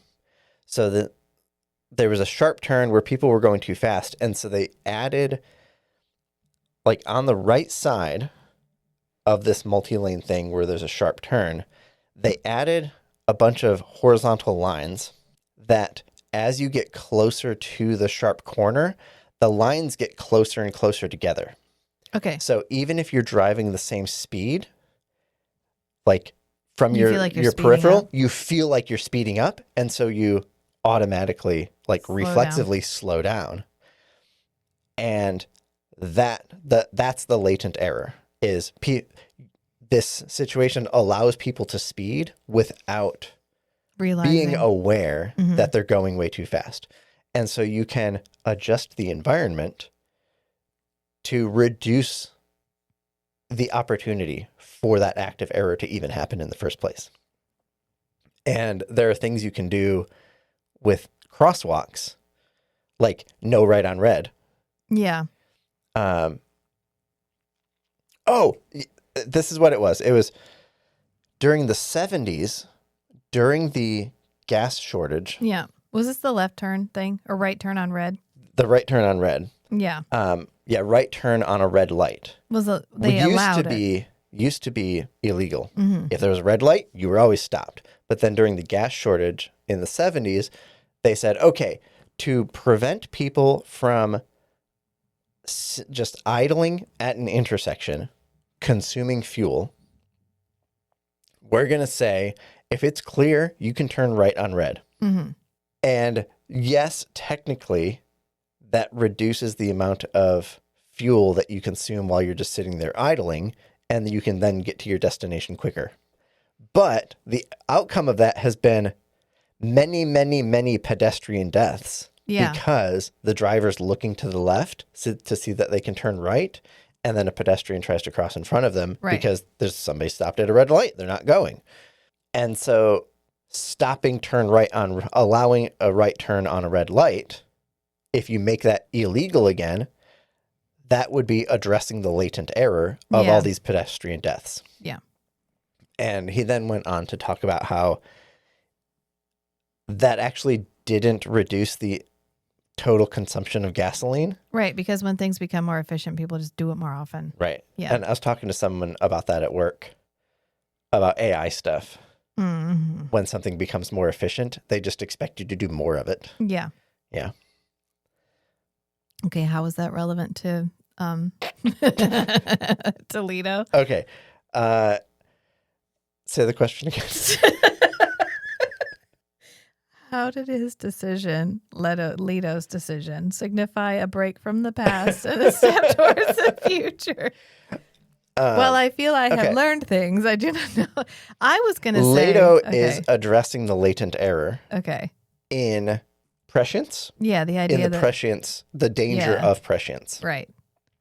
By using it judiciously. Well, creating a tradition around prescience. Yeah. It's kind of like AI right now. We have no cultural experience with something similar. Mm-hmm. So we don't have any precedent to fall back on with this is going to end terribly. I mean, we've imagined it, obviously. We have the Butlerian I think jihad. a lot of people have explained in a lot of detail. Right, but we don't have potential dangers. We don't have inevitable dangers. We don't have a visceral sense of it. We don't have a visceral sense of it. The reason we're afraid of the dark is because we don't see well in the dark, and we have an ancestral history of dying in the dark. Yeah. So we don't like dark. Yeah. So we have like an instinctual fear of certain things. But like in this, there's not enough experience with prescience to have an instinctual fear. The only usage that they have of it is these like tiny moments where like the guild can kind of see the future. The Bene Gesserit can kind of see the future, but not in the way that Paul and Leto can see the future. Right. And so it's like opening the floodgates on a thing you thought you had a handle on. Mm-hmm. And it turns out you never had a handle on it because you didn't actually know what you were talking about. I have a friend from work that we message each other about AI stuff. Yes. He's the one who keeps using the term AI slop in meetings at work. And some people have had their feelings hurt. But I was reading an article yesterday, and I saw this one line that was so good. It will happily draft your thinking before you have had the discomfort of doing it yourself. I think that's applicable to prescience too. It is. Yeah. It will make your conclusions for you before you've had the discomfort of confronting the consequences at the yourself. Risk of quoting Ayn Rand. I am reminded of my Atlas Shrugged. I think objectivism has a lot to say about the AI thing. Well, there's the idea closer to the end when we really start to talk about the blank out. In John Galt's 25,000 word long radio speech that he gives, he talks about the idea of people not wanting to think, that humans have no instinct of thinking. It's efficient for the brain to avoid it. That we instinctually don't have the drive to think. And so we have to choose to think. You have to embrace curiosity. Right. And while I understand the package that Ayn Rand brings to the table, there are a lot of elements, especially later in the book, once we get past the superhumans having kinky sex section. Trope of everything that she writes. There is a lot to be said about the idea of the human tendency to want to walk away from the effort of being because it is easier to not be. I think the minute we were all handed the little rectangles of doom that we all hold in our hands. And what did I see the other day? Like, oh no, my rectangle of infinite doom has made me sad again. The minute we were given this like distraction machine full of infinity pools that we can constantly refresh and constantly use as a way to escape our own thought process, we were like, hell yeah, thanks, bro. In fact, we have a built-in thing, and I learned the word for it. It's called experiential buffering. I think that's what it's called, but it's where your brain literally, if you have a thing that you haven't processed and your brain knows it's going to be incredibly emotional and it's going to be like debilitatingly emotional, it will buffer you from it until it feels like you have space to be able to process it. Yeah.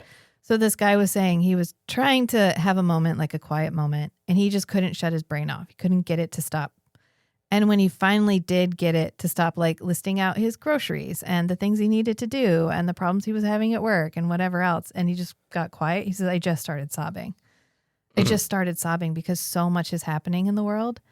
And I had so many big feelings about it. I was keeping myself from my own feelings. Yeah. And that's a comfortable place to be. And we like comfort. It's efficient. And I think there's a lot to be said about the human literary tradition of forcing us to confront the consequences of living in that comfort zone. Mm-hmm. And so I think that what we got in the first couple of books was the idea of prescience as a way of creating certainty in the universe, in an uncertain universe. Mm-hmm. And then we realized that, yes, while it does create certainty, certainty is in fact death. Yeah, stagnation. And that stagnation is not and never should have been a goal. Right. That we were seeking comfort, but that growth needs risk. And it needs uncertainty. And that is what Leto is pushing for, which is a return to instability. Yes. Because instability is what drives innovation and it's what drives growth. And I think we have reached a place ourselves as a culture right now, not in Dune, but like in the year of our Lord 2026, where comfort has become like the highest goal. And we actually label uncertainty as like illness. Threatening. Yeah. And it is, yes, sometimes. Of course it is sometimes, but not all the time. And we do that because we have emphasized conformity as the thing you need to do. Like if you post anything on the internet, which we're going to talk about Babylon 5 in a little bit. And I was reading through the contemporary comments from the 1990s. And I can tell he's arguing with a lot of armchair quarterbacks. So this is not a new thing. Right. But the minute we're given the opportunity to comment on other people's lives, there is definitely a subset of the culture, of the human. There's only like 6 people in the whole world. Anybody who's in sales can tell you that. There's not, you think you're unique. You're probably not. You are to some extent, but there's certain personality types that just pop up over and over and over again. Yeah. There are a limited number of interfaces. Right. Yeah. It's kind of like we're only printing 6 different copies, but we write different stuff on each one. Yeah. Anyway, there's a certain personality type that loves the opportunity to comment on other people's lives. And when given the opportunity to do that ad nauseum to literally anyone anonymously, they will fucking run with it. Yeah. That's why you end up, all I see now in creators is creators responding to criticism before they get criticized. I know everybody's going to hate this, but I'm going to do it anyway. Yeah. Who fucking cares if everybody's going to hate it? Just turn off comments. Why do they need to be on it? I had comments on our YouTube turned off forever.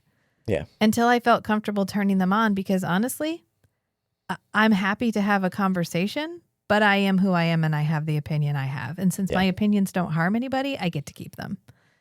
Unless you have like when somebody recommended the interview, I was very thankful. I changed my opinion of how I felt about Dune because it changed the things that I knew about Dune. Yeah. And I'm grateful for that. But like, we just got a very lengthy email from somebody who did not agree with my opinion about a book series or a movie TV show that I had an opinion about on a different podcast. And they felt the need to correct me. That's fine.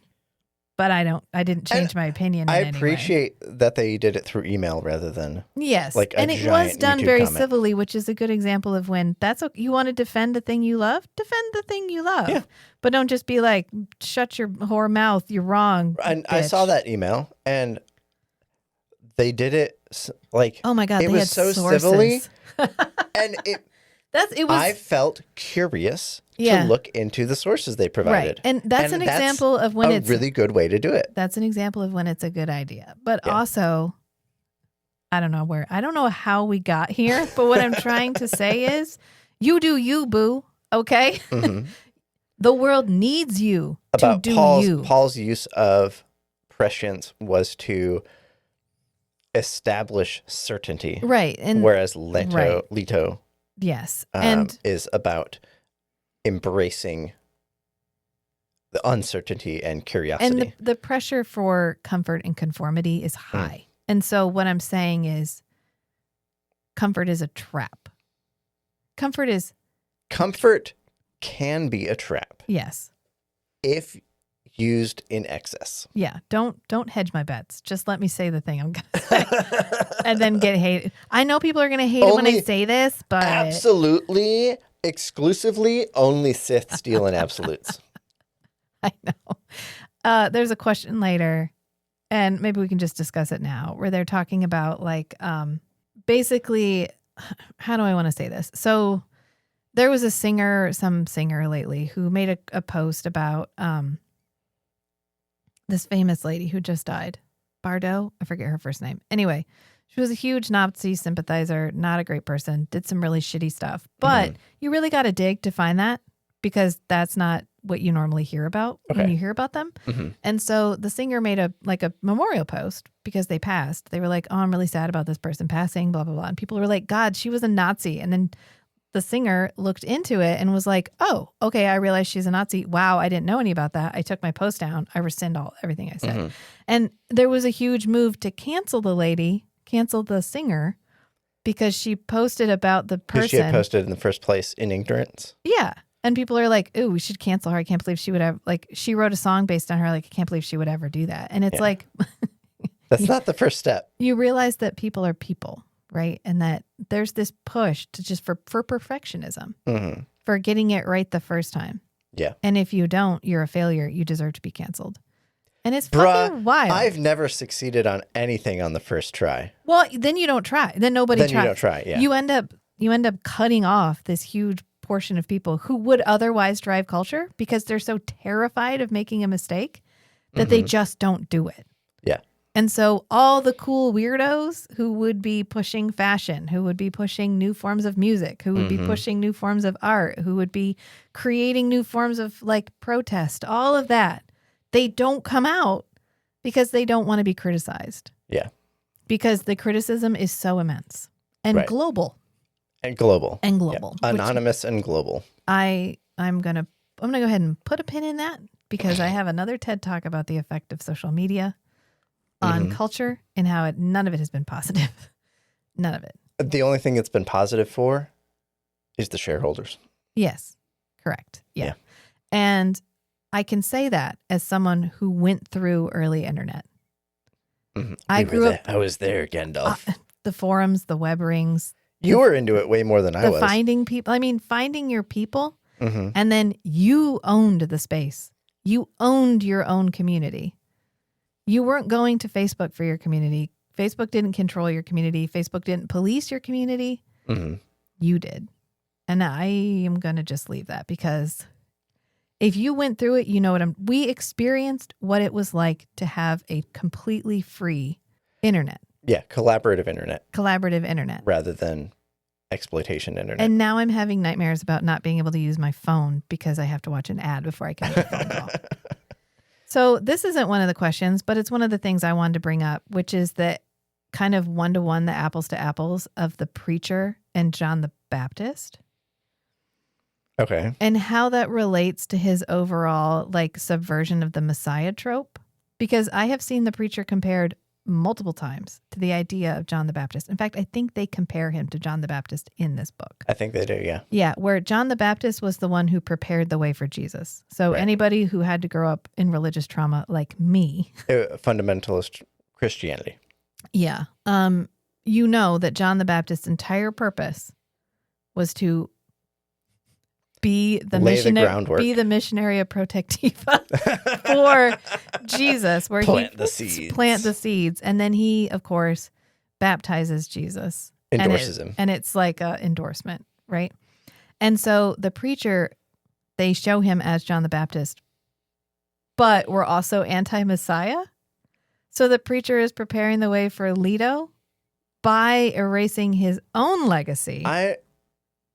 That's a good point. He's an anti John the Baptist He's sort because of he's erasing the legacy right, but to and clear yet the way. they're framing it as him preparing the way for the next Messiah. And Yeah. yet we're supposed to be living in an anti-Messiah world. Like we've learned our lessons, let's not do it again. It keeps going. Maybe that's why he's so mad at Leto. Because he's like, I'm working so hard to undo the idea I'm trying of to Messiah. deconstruct this, and you're embracing it. You're literally growing it. making me into John the Baptist. Okay, You little bitch. Here's what Leto says to Paul or Muad'Dib when Muad'Dib is like, I'm trying to destroy this monstrosity that I built to make, to recover the world, to make the universe a better place. Uh-huh. And Leto's like, hold on, it needs to get worse before it gets better. Okay. All right. Sometimes we have to hit rock bottom. We haven't hit rock bottom. We haven't hit rock bottom yet. Okay. I'm suppressing quotes from God Emperor 2. I saw the tiptoe through the tulips look you were having right there. What lesson does Jessica aim to impart to Farad'n regarding reality and desire, and how is it foundational to his development? Is Farad'n... Farad'n gets made into, you're supposed to tell me when I'm doing something wrong. Like, don't be my yes man at the end. But is Farad'n really that important overall? This is my primary issue with Frank Herbert. Is he's very good at giving us these characters that you're like, okay, cool, I want to know where this goes. And then he's just like, well, anyway, I hope you didn't like them because they're never coming up again. Right. Like Farad'n at the end is an interesting character. Yeah. Right. He has the potential to be a really interesting character. But it's like there's the point where he changes to where he has the potential to become an interesting character. Yeah. And then we talk to him for like 2 minutes, and then it's the end of the book. It's like, hey, you want to be a male concubine? And he's like, yeah, I guess. To this 10-year-old girl? You're going Sure. to be the father to the continuation of the Atreides line. Yeah. And that's going to be your purpose. You cool with that? And he's like, cool, goodbye. And that ends up being Ganima's entire purpose. The continuation of the Atreides line. Yeah, she's there to keep Leto from going crazy so that Leto can go on to be God Emperor Leto. Yeah. And she's there to be a soulless baby dispenser for the Atreides line. And other than that, she doesn't have a purpose. Yeah, not in Children of Dune. No. We don't even really get the sense that they like each other all that much. Right, they're just familiar with each other. Yeah. And I don't think that that's intended. I think that's down to his writing. I think he wanted them to feel cohesive because there's that part where she's like, wow, this is the first moment where our memories will not be the same. Yeah. Because you're leaving and I'm staying. Yeah. And then even at the end of the miniseries, James McAvoy's Leto kisses Ganima, and they did a really good job of making that feel like a familial kiss. They make them feel like two halves of the same whole. Yeah. Which is, I think, what he was going for, but I don't think it ends up that way because I don't think he knew how to fucking write women. I think his wife helped to a certain extent, but I don't think you told Frank how to do anything. Yeah. I can tell you right now. She could have been like, I don't know if that's really how a woman would talk. And he'd be like, I don't think you're the expert on this. I think I am. It's my book. It's my book. What is the significance of Leto's interaction with Sabiha, and why does it reflect the themes of power and destiny? Well, he's subverting destiny. He has the opportunity to do what his dad did. He explicitly says that if he acted the way his dad did around prescience, he would have been locked into a future with Sabiha. It would have become inevitable for him.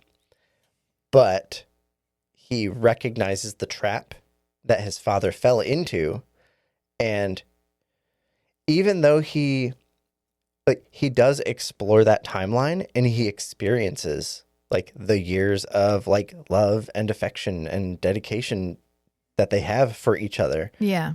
And he's like, but nah, dog, I'm good. Yeah. I think I'd rather live for 2,000 years as a worm. Um, Poor Sabiha, too. right. He runs off and he's like, well, you're probably going to get Right, and killed she for gets this anyway. exiled. Adios. And he finds her again. Because he goes to the next guy. Yeah. And Sabiha's there. And he's like, oh, you know Sabiha? He's like, yeah, she's the one who like forced me through the spice trance. the guy's like, oh, interesting. Yeah, she's like, I think he tries to use Sabiha to control Leto. Yeah. And Leto's like, nah, bro. He's like, oh, not for me, thanks. I think I'm going to go turn myself into worm skin, Leto. Mm-hmm. Is there a wider implication to the statement, my skin is not my own? Does it signify anything other than the literal, my skin is not my own? I opened up my Kindle to read a different book, and the last thing I had looked at was I was looking through highlighted quotes in Dune Messiah. And the page that I was on, Paul was talking, it was like the middle, somewhere in the middle of Dune Messiah, and Paul's talking about something about like potential futures that he avoided and skin that was not his own. Mm. And I thought, ooh, you planted that early. Yeah, that's forward thinking. That's by backward foreshadowing. Thinking. I just got well, to... didn't he do Dune Messiah and Children of Dune at the same time? Yeah. He said he was writing kind of all the first three all at the same time. Okay. It kind of reminds me of I'm in Discworld right now. Mm-hmm. And there's a scene where we meet these people who live in a place that has so much magic that they don't have perennial plants. They don't have annual plants. They have like re-annuals. So the plants you plant this year will grow last year. And they said in most places you have to worry about not planting your plants so you will not have a harvest. Here you have to worry about not planting your plants so you will rip a hole in the fabric of reality because you harvested them last year. So if you don't plant them this year, that's kind of, which is why I think I'm enjoying Discworld, is because there's so many of these like pedestaled themes. These like in sci-fi, there's like time travel, prescient. There's certain themes that we really sort of early sci-fi writers introduced them, and we've all just sort of clung to them like a raft in the storm, where we're like, this is the thing that we want to have explored. Mm-hmm. And they're treated with such reverence. Mm-hmm. And anytime somebody is willing to shit on them, I am here for it. Right. Because I want the honest criticism. I want the deep cut. And I think that's why it's important to ask questions like, is Frank Herbert actually a good writer? Yeah. Because you run into the situation of it's like J.R.R. Tolkien. Is Tolkien a good writer? I would argue not all the time. No. There's definitely moments. Is he a great world builder? Yes. Hell yeah. Hell yeah. One of the greatest. Yes. And does he come up with compelling narratives? Like arcs he can for create characters, a plot. Right? Yeah. Can he convey that plot in a way that is like smooth and enjoyable to read? It's pretty dry. Yeah, it's pretty dry. I mean, there's some moments where you're like, ooh, and then you cry. I remember reading through the trilogy the first time. There were definitely moments where you're like, okay, all right, I'm clock watching right now. I'm slogging. And then you'd be like, ooh. Oh, God, we're back to it again. We've described a tree for like 4 pages. I'm going to die. I'm going to die. I was here for the first half of it. Right, but if we don't ask the question, we can't get better. Right. I don't know what rewriting these books looks like. I don't know that in the hands of a modern writer, someone who is better at conveying like softness and empathy even to male characters, because these books are written in an incredibly male era by an incredibly male writer in an incredibly male genre. Yeah. So you're dealing with layers. You know what I'm excited for? What? I'm excited for reading the Ursula K. Le Guin sci-fi series. I'm ready to read some female which is written contemporary books. To these. We went from Stephen King to Frank Herbert. We went from the malest of all male horror writers to the malest of all male sci-fi writers. Right. And I'm ready for some estrogen. Like I want to see what Ursula did to sci-fi. Yeah. Yeah. And I actually stumbled on a reel, which I thought was interesting because I've mentioned this. I've talked about this to you and to some extent to the ladies on Feast, Sheath, and Shatter, which is when the romantasy genre wasn't just invented. All of these things have been, you, especially one of your favorite writers, Mm-hmm. one of your few Patreon things that you're dedicated to, J.V. Yeah. Jones, was writing female-led fantasy novels back in the 90s. Yep. And there's even sort of, I hesitate to call it smut, but spicy female-led fantasy Mm-hmm. that you get early 2000s, late 90s. You Mm-hmm. want to go back, Ursula K. Le Guin wrote one where the female romantic lead is 40 years old, so you want older female leads. Ursula's already been there. Mm-hmm. There's a lot. In the 1930s, there is a character, I forget who writes the book, but there's a series that is a female-led fantasy series in the 1930s. So they're out there, but they're not talking to each other. Right. And I think we're still in a situation where we have a lot of male writers and female writers, and they're not all talking to each other, but they kind of are. Yeah. And they kind of are in a way that if it did exist prior, has not survived in a way that's findable. Yeah. Because you get Brandon Sanderson. And I stumbled into a female-led romantasy series accidentally. I just thought it was a cool fantasy world. But it was like Robin McKinley? No, it was Robin Hobb. I don't even think it was Robin Hobb. Let's see if I can. Yeah, so it was Robin Owens, and I was just looking through the fantasy section, and I think it was the La Drana series. Yeah. And it was good. I enjoyed it. I wasn't in it for the romance or anything. Which is my one reason, not my one reason among many, that I hate that romantasy separated out now. Yes. Yeah, I think that's stupid. I think it's stupid. I think it should still be under fantasy. Was a great fantasy series that just, she liked writing the romance part. Yeah. And not even all of them had a romance part. I think one of them, in every book, there's a new woman that gets called to this other parallel Earth, parallel dimension, whatever, because they have some ability that they will be able to use to help save the world. Yeah. To contribute to this ongoing struggle.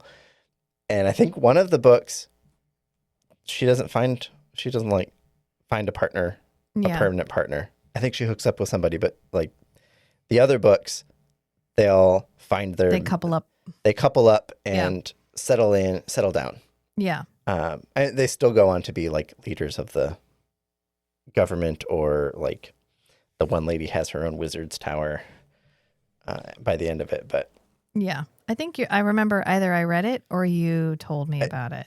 I remember I was reading it and I was telling you about it, and you told me Robin Owens is a romance author. I think you showed me this was when I was working at Barnes and Noble. And you showed me she has a whole shelf in the romance section that's just straight romance fiction. And it's okay. So even Brandon Sanderson added a lot more romance into his most recent Stormlight archive, because the conversation is happening where it's we don't have to have this strict dividing line of machismo sci-fi that has no male. It is all male. The adventure fantasy. Yeah. The adventure fantasy cannot have romance in it. We got rid of the male genre. There literally used to be a male genre where it was books that were male, the man genre.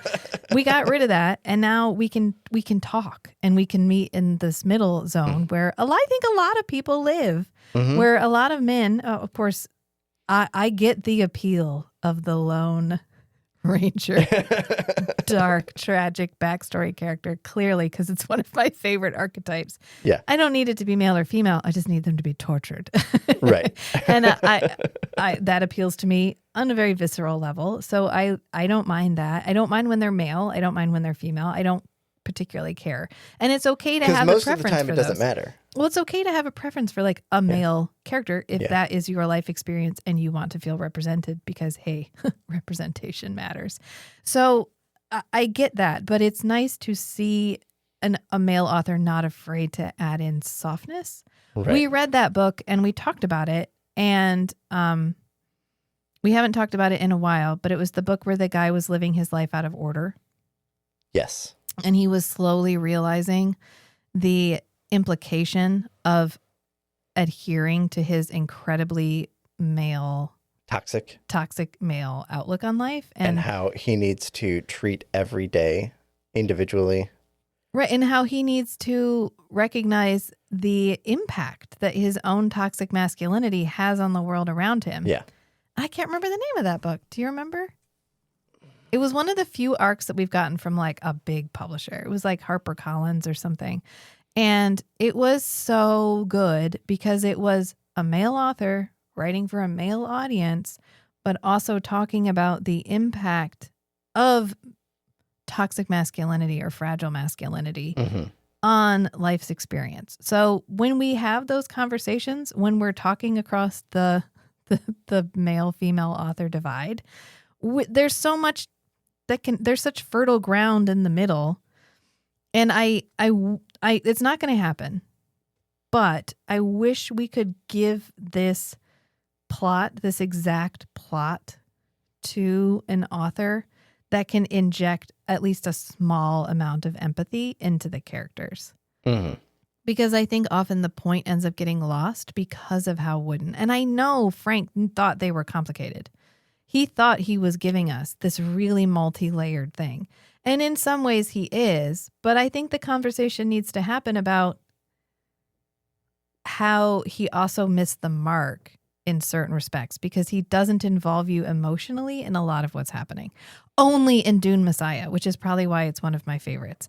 And I don't know if that's me backward projecting because episode 1 of the miniseries is Dune Messiah and it is done so well that I can give the characters emotions that are not necessarily portrayed in the show.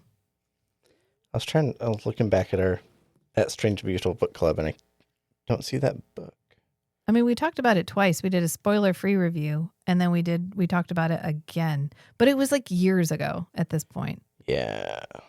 I'll look it up, and I'll stick it in the show notes. All right, so the other question was, how does Leto's reflection on freedom illustrate the paradox of choice in leadership? And I thought this was an interesting question because we can bring How does what? I was finishing up. That's okay. How does Leto's reflection on freedom illustrate the paradox of choice in leadership? And I thought this one was interesting because we can bring in Babylon 5 because we get the character of Londo, who starts out with no leadership, no responsibilities, and complete freedom. Right. And in seeking leadership and responsibility, ends up with no freedom. Right. And so the paradox is the more you are in charge of, the less free you actually are. Right. And so if you actually take responsibility, responsibility as in like owning the responsibility, not just people expect you to do it. Right. When you become a true leader, the more you embody leadership, the more the needs of others are more important than your own needs. Right.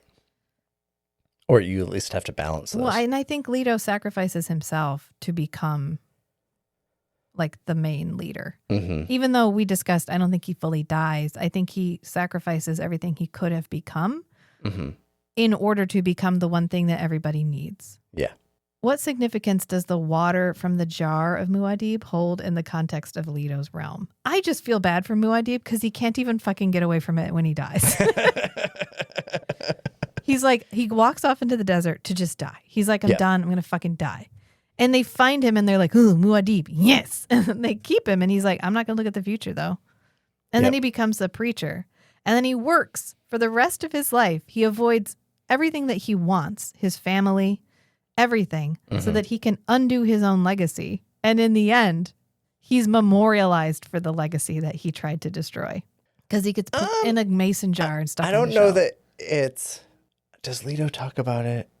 He puts a plaque on there, but I don't remember what the plaque says. Yeah, in my head, he kept the jar around not as a memorial of like Muad'Dib's great accomplishments, but as a physical reminder of the trap.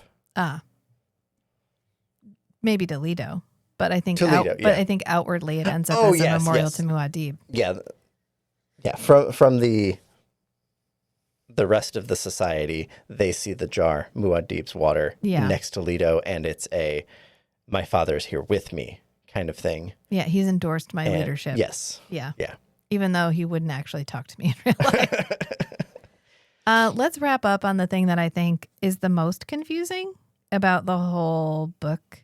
Mm-hmm. Maybe it gets cleared up as we continue, which is the golden path. What is the golden path?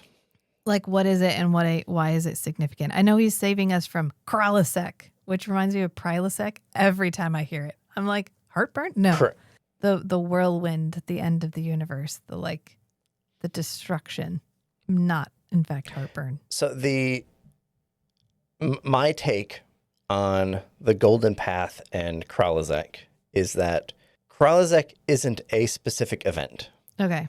It's the inevitable outcome for an entire universe of human civilization that is all being top-down ruled by someone wielding prescience.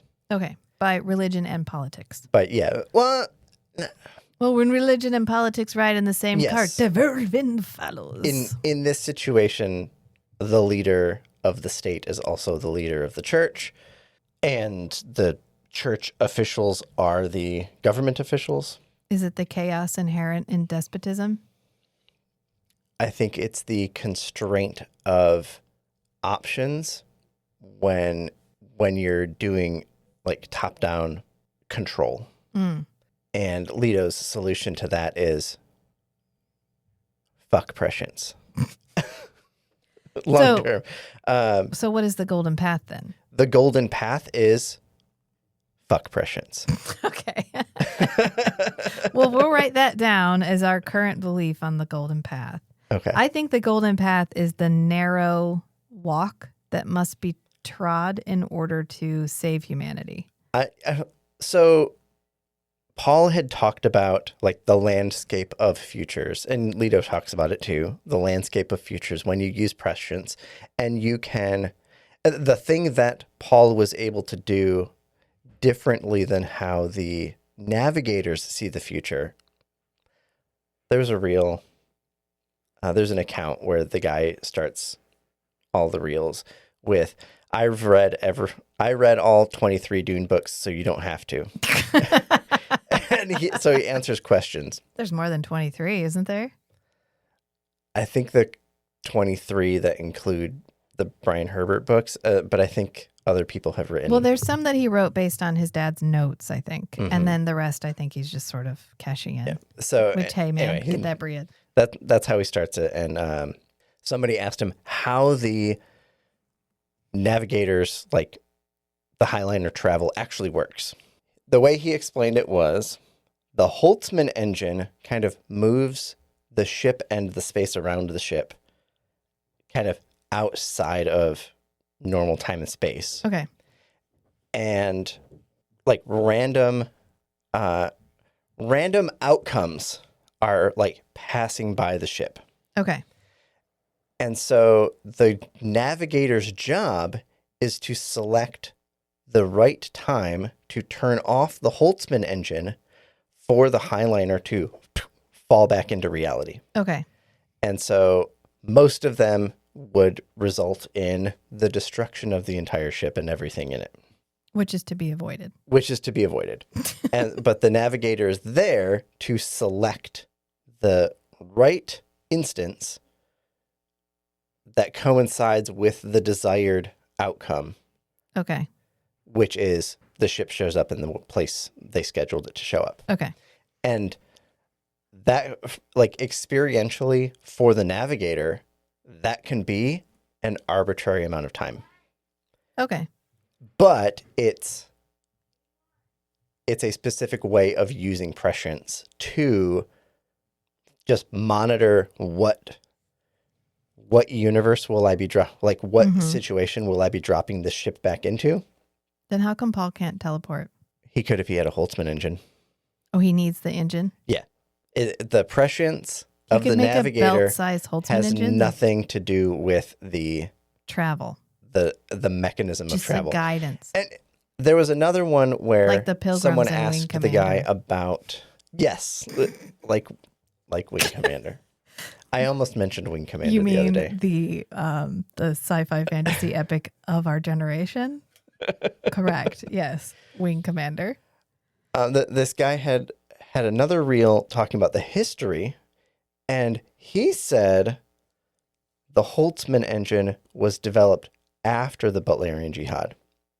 But when I had looked into it, my conclusion was, like, because the question is, how did they do faster than light travel Yeah, we discussed before the this Butlerian before. Jihad? And they said they had it, but they used the AI Our to guide conclusion it. was the Holtzman engine has been around from way before the Butlerian Jihad, but it was the AIs that guided it. that were the pilots. Yeah. And when they got rid of the pilots, the Holtzman engine became effectively useless because you needed something to select the destination. Yeah.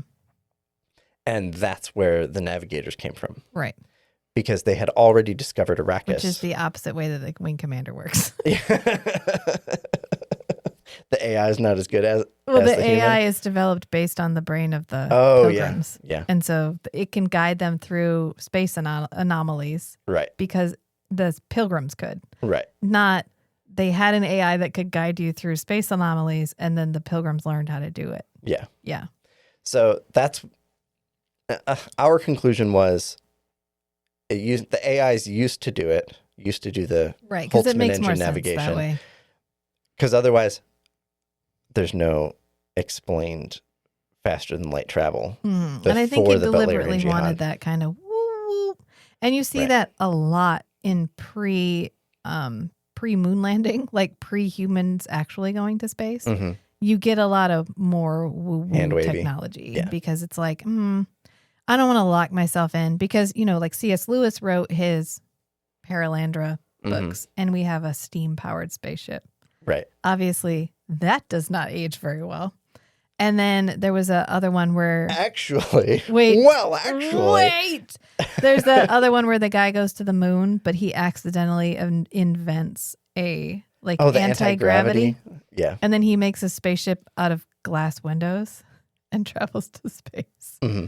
And he goes to the moon and the moon is populated by, it doesn't matter. So when you try to specifically define how technology works, it can age. Mm-hmm. And In the Expanse, do they have steam powered spaceships? Well, they're fusion powered, and the superheated steam is your thruster fuel, thruster gas. Yeah, well, it's not like that. It's like a coal engine. Yeah. So, I mean, it ends up making it feel like, oh, that's cute. Yeah. It ends up making it feel dated. Mm-hmm. And I think they learned the lesson from a lot of female writers, like Mary Shelley when she writes Frankenstein. There's nothing to do with electricity in the book. Right. At all. It's a process. We don't know what the process Right. is. And then future generations have retroactively applied electricity to it, but that's not necessarily in the book. Yeah. And so it ends up just being a thing that happens. The Invisible Man, it's the same thing. He doesn't tell you what he does. It's just a process. Yeah. And so then you don't have to deal with it aging. Right. And I think that's the needle Frank was trying to thread by having all these complicated things. Because when he does include a description of technology, it feels dated. Like the oil lenses in his binoculars. Yeah. Or the paracompass and how the paracompass, he uses it to create foam because it has like a battery in it and he can break the battery. It has a chemical battery in it. Right. So when he does include it, you're like, okay. But how does the sand compactor work? The anti-static, the static thing that he uses? I don't know. And it's fine because I'm like, okay, I fully accept that this is a thing and I don't have to think about it anymore. I just, okay, it can do that. Okay. Mm-hmm. And so I think he was going for that with the space travel, which was like, the navigators just navigate them to places. Mm-hmm. And then future generations have had to go back. It comes up later in the series because we get the Ixians come up with a bunch of modifications to the way ships work and to do things with space travel and prescience and whatever. Yeah. Well, we can put a pin in it then and come back to it. I feel like this is probably a good length. What was the last question that you brought up? The golden path. What does it refer to? Why is it significant? Oh, okay. Yeah. And So just the golden path. Just the golden path. I mean, I'm ready. I'm ready to move on from the books I've read to the books I haven't read. We got on to what's the difference between Paul's form of prescience and the navigators. And so the navigators observe and like select when they're navigating. But Paul and Leto, the way they describe their prescience is they can see the landscape and they can also find, like, identify and follow a path to get there.